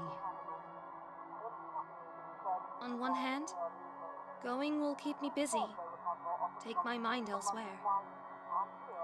On the other, the place in itself is a stark reminder of what my own fears have cost me. I should just... Moping won't get me anywhere. This is just like one of those things, isn't it? You deal with it with a smile. no matter how bad things get, and hope for the best. Although my whole body feels like lead and my limbs are sore, I push myself away from the chair and head for the shower. The letter I dropped on the floor last night flutters open as I pass by, unfolding for no one else but me to see. Every word written on it glares back at me. They sneer. They ridicule. Like living beings fully aware of what they've done. With a huff, I pick it up and shove it into my bag, perhaps with more anger and frustration than I'm used to showing. This too I'll deal with. Somehow I'll find a way and make things right. I have to. Before it takes more people from me. Even if I must do it on my own. Papers rustling, telephones ringing, feet shuffling. Overall, today looks like a typical working day at Briar Realty Corporation, except it isn't. The air is thick with tension and unspoken questions. No doubt everyone present has already heard about Rose. If they missed last night's report, they'd likely see it in the morning news, in the papers, or on various news sites on the internet. Everywhere is a bitter reminder. In fact, everyone's giving me a wide berth, as though the mere mention of Rose would be enough to trigger something in me. It's appreciated, but it only serves to create a bigger hole in the place Rose has left. After lunch, my boss calls for a meeting. I don't have to look up from my work to know what it's about. He's in a strange, pensive mood today. Probably out of respect for a dead colleague. Oddly, I'd appreciate it more if he just shouted at me today. Anything's better. I'm sure you've all heard of what happened to Miss Cooper. She was a valued member of our team and she will be missed. There's no date for a funeral, yet, but those who wish to attend, kindly speak with your respective supervisors. By the way, has anyone heard about our still AWOL staff? None? HR, you know what to do. Santos, a word? In my office? At the end of it, I've been given the entirety of Rose's workload, including finalizing the rights papers, and have been promised an ample compensation for my efforts. I think he's expecting me to be happy about it. Instead, I immerse myself in my work. I have to anyway if I want to forget. Time flies when you do, and by the time I give notice, it's already late. Everyone's already gone, leaving me in the company of a radio and a member of our janitorial staff. I don't even know his name. Rose likely does. She remembers people easily like that. The Luxbomb Police Department continues its search for the following reported missing people. The radio blares one name after another. Hold on a second. Missing? Aren't they? Still, I have to check. Frantic, I turn back to my desktop. The loud tapping of my fingers against the keys fills the office for the better part of my shift as I look through everything. The background about the place, its history from the current owners, and a list of employees hired under BRC. And I'm right. Of course I am. BRC may have a lot of staff, they may have a lot of agents hired, but I'd remember those names anywhere. After all, they're also part of the crew who worked with us in preparing the mansion for the open house. Then the letters? No, that can't be. I hope it's not what I'm thinking. But Rose is... Something snaps into place in a fraction of a moment. These people, Rose, the letter. I need to... No, if it's like this, they still won't believe me. I have to make sure of it first. Evidence doesn't lie. That's what Ash often says, right? If I have proof, then maybe... I don't want to get my hopes up yet, but maybe there's a way I can save them. The letter, my phone, papers, anything that'll be useful. I grab all of them and stuff them into my bag. I can't stay here. There's something I need to do. There's something those people should... The noise cuts sharply through the room, stopping my hand short of cramming a pen into my bag. Hello? Anyone there? Someone must have left their printer open again. I may be in a hurry, but if I don't turn it off, another person is certainly going to have a fit tomorrow over wasted company resources.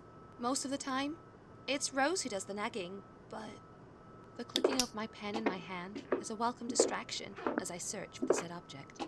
Each stride my feet takes also echoes throughout the empty workplace. I've lost sight of the janitor minutes ago, and with me being the only one left, the tapping of my feet against the wooden floor is something I soon learn to appreciate. It doesn't take me long to find it. By the time I turn it off, 5 pages are already strewn about the ground, the paper tray having also been left ajar. Sighing, I pick each of it up to put someplace proper. But the page that greets me next makes my blood run cold. The chill that makes its way up my spine is as numbing as that day in the attic. The sheets crinkle under my tense grip. All I can hear is my breathing as it rasps through my gritted teeth. Before I can even gather myself, take the first steps out of here, total darkness suddenly envelops me. And as if hearing every horrid thought running inside my head right now, something snaps. A soft creak grating through the thin veil of stillness that has descended in the room. Every muscle, every bone in my body goes rigid at the sound. Familiar. So familiar now. Yet my own traitorous curiosity still presses me to take a careful peek over the cubicle's wall. It's her! Standing in the only exit of the office, albeit facing away from me. She doesn't even need to turn around for me to notice the same misshapen face, tattered clothes, and unsightly gait. The same person in the attic. I take a step back. The pen I'm holding slips from my hand, and her entire head turns. A scream almost escapes my mouth, and I duck under my table as quickly as I can. My heart is pounding hard against my chest. I can hear the bone-chilling sounds of her walk, the weird clicking that follows her, and the telltale squelch of something wet as she walks towards me. Nearer and nearer. The sounds are slowly getting louder. The only thing keeping a whimper from escaping me is my hand as it covers my mouth. Someone please save me! Anyone! I close my eyes, muttering a continuous stream of prayers, all while attempting to steady my own breathing. Please, please don't let her hear me. The seconds, minutes, stretch out before me agonizingly. Is she gone? Slowly, I open my eyes to take a peek. I don't dare move or make a noise. In the face of such terror, I can only beg. Let out silent pleas to whoever is out there. Please, please don't let her notice. I want to live.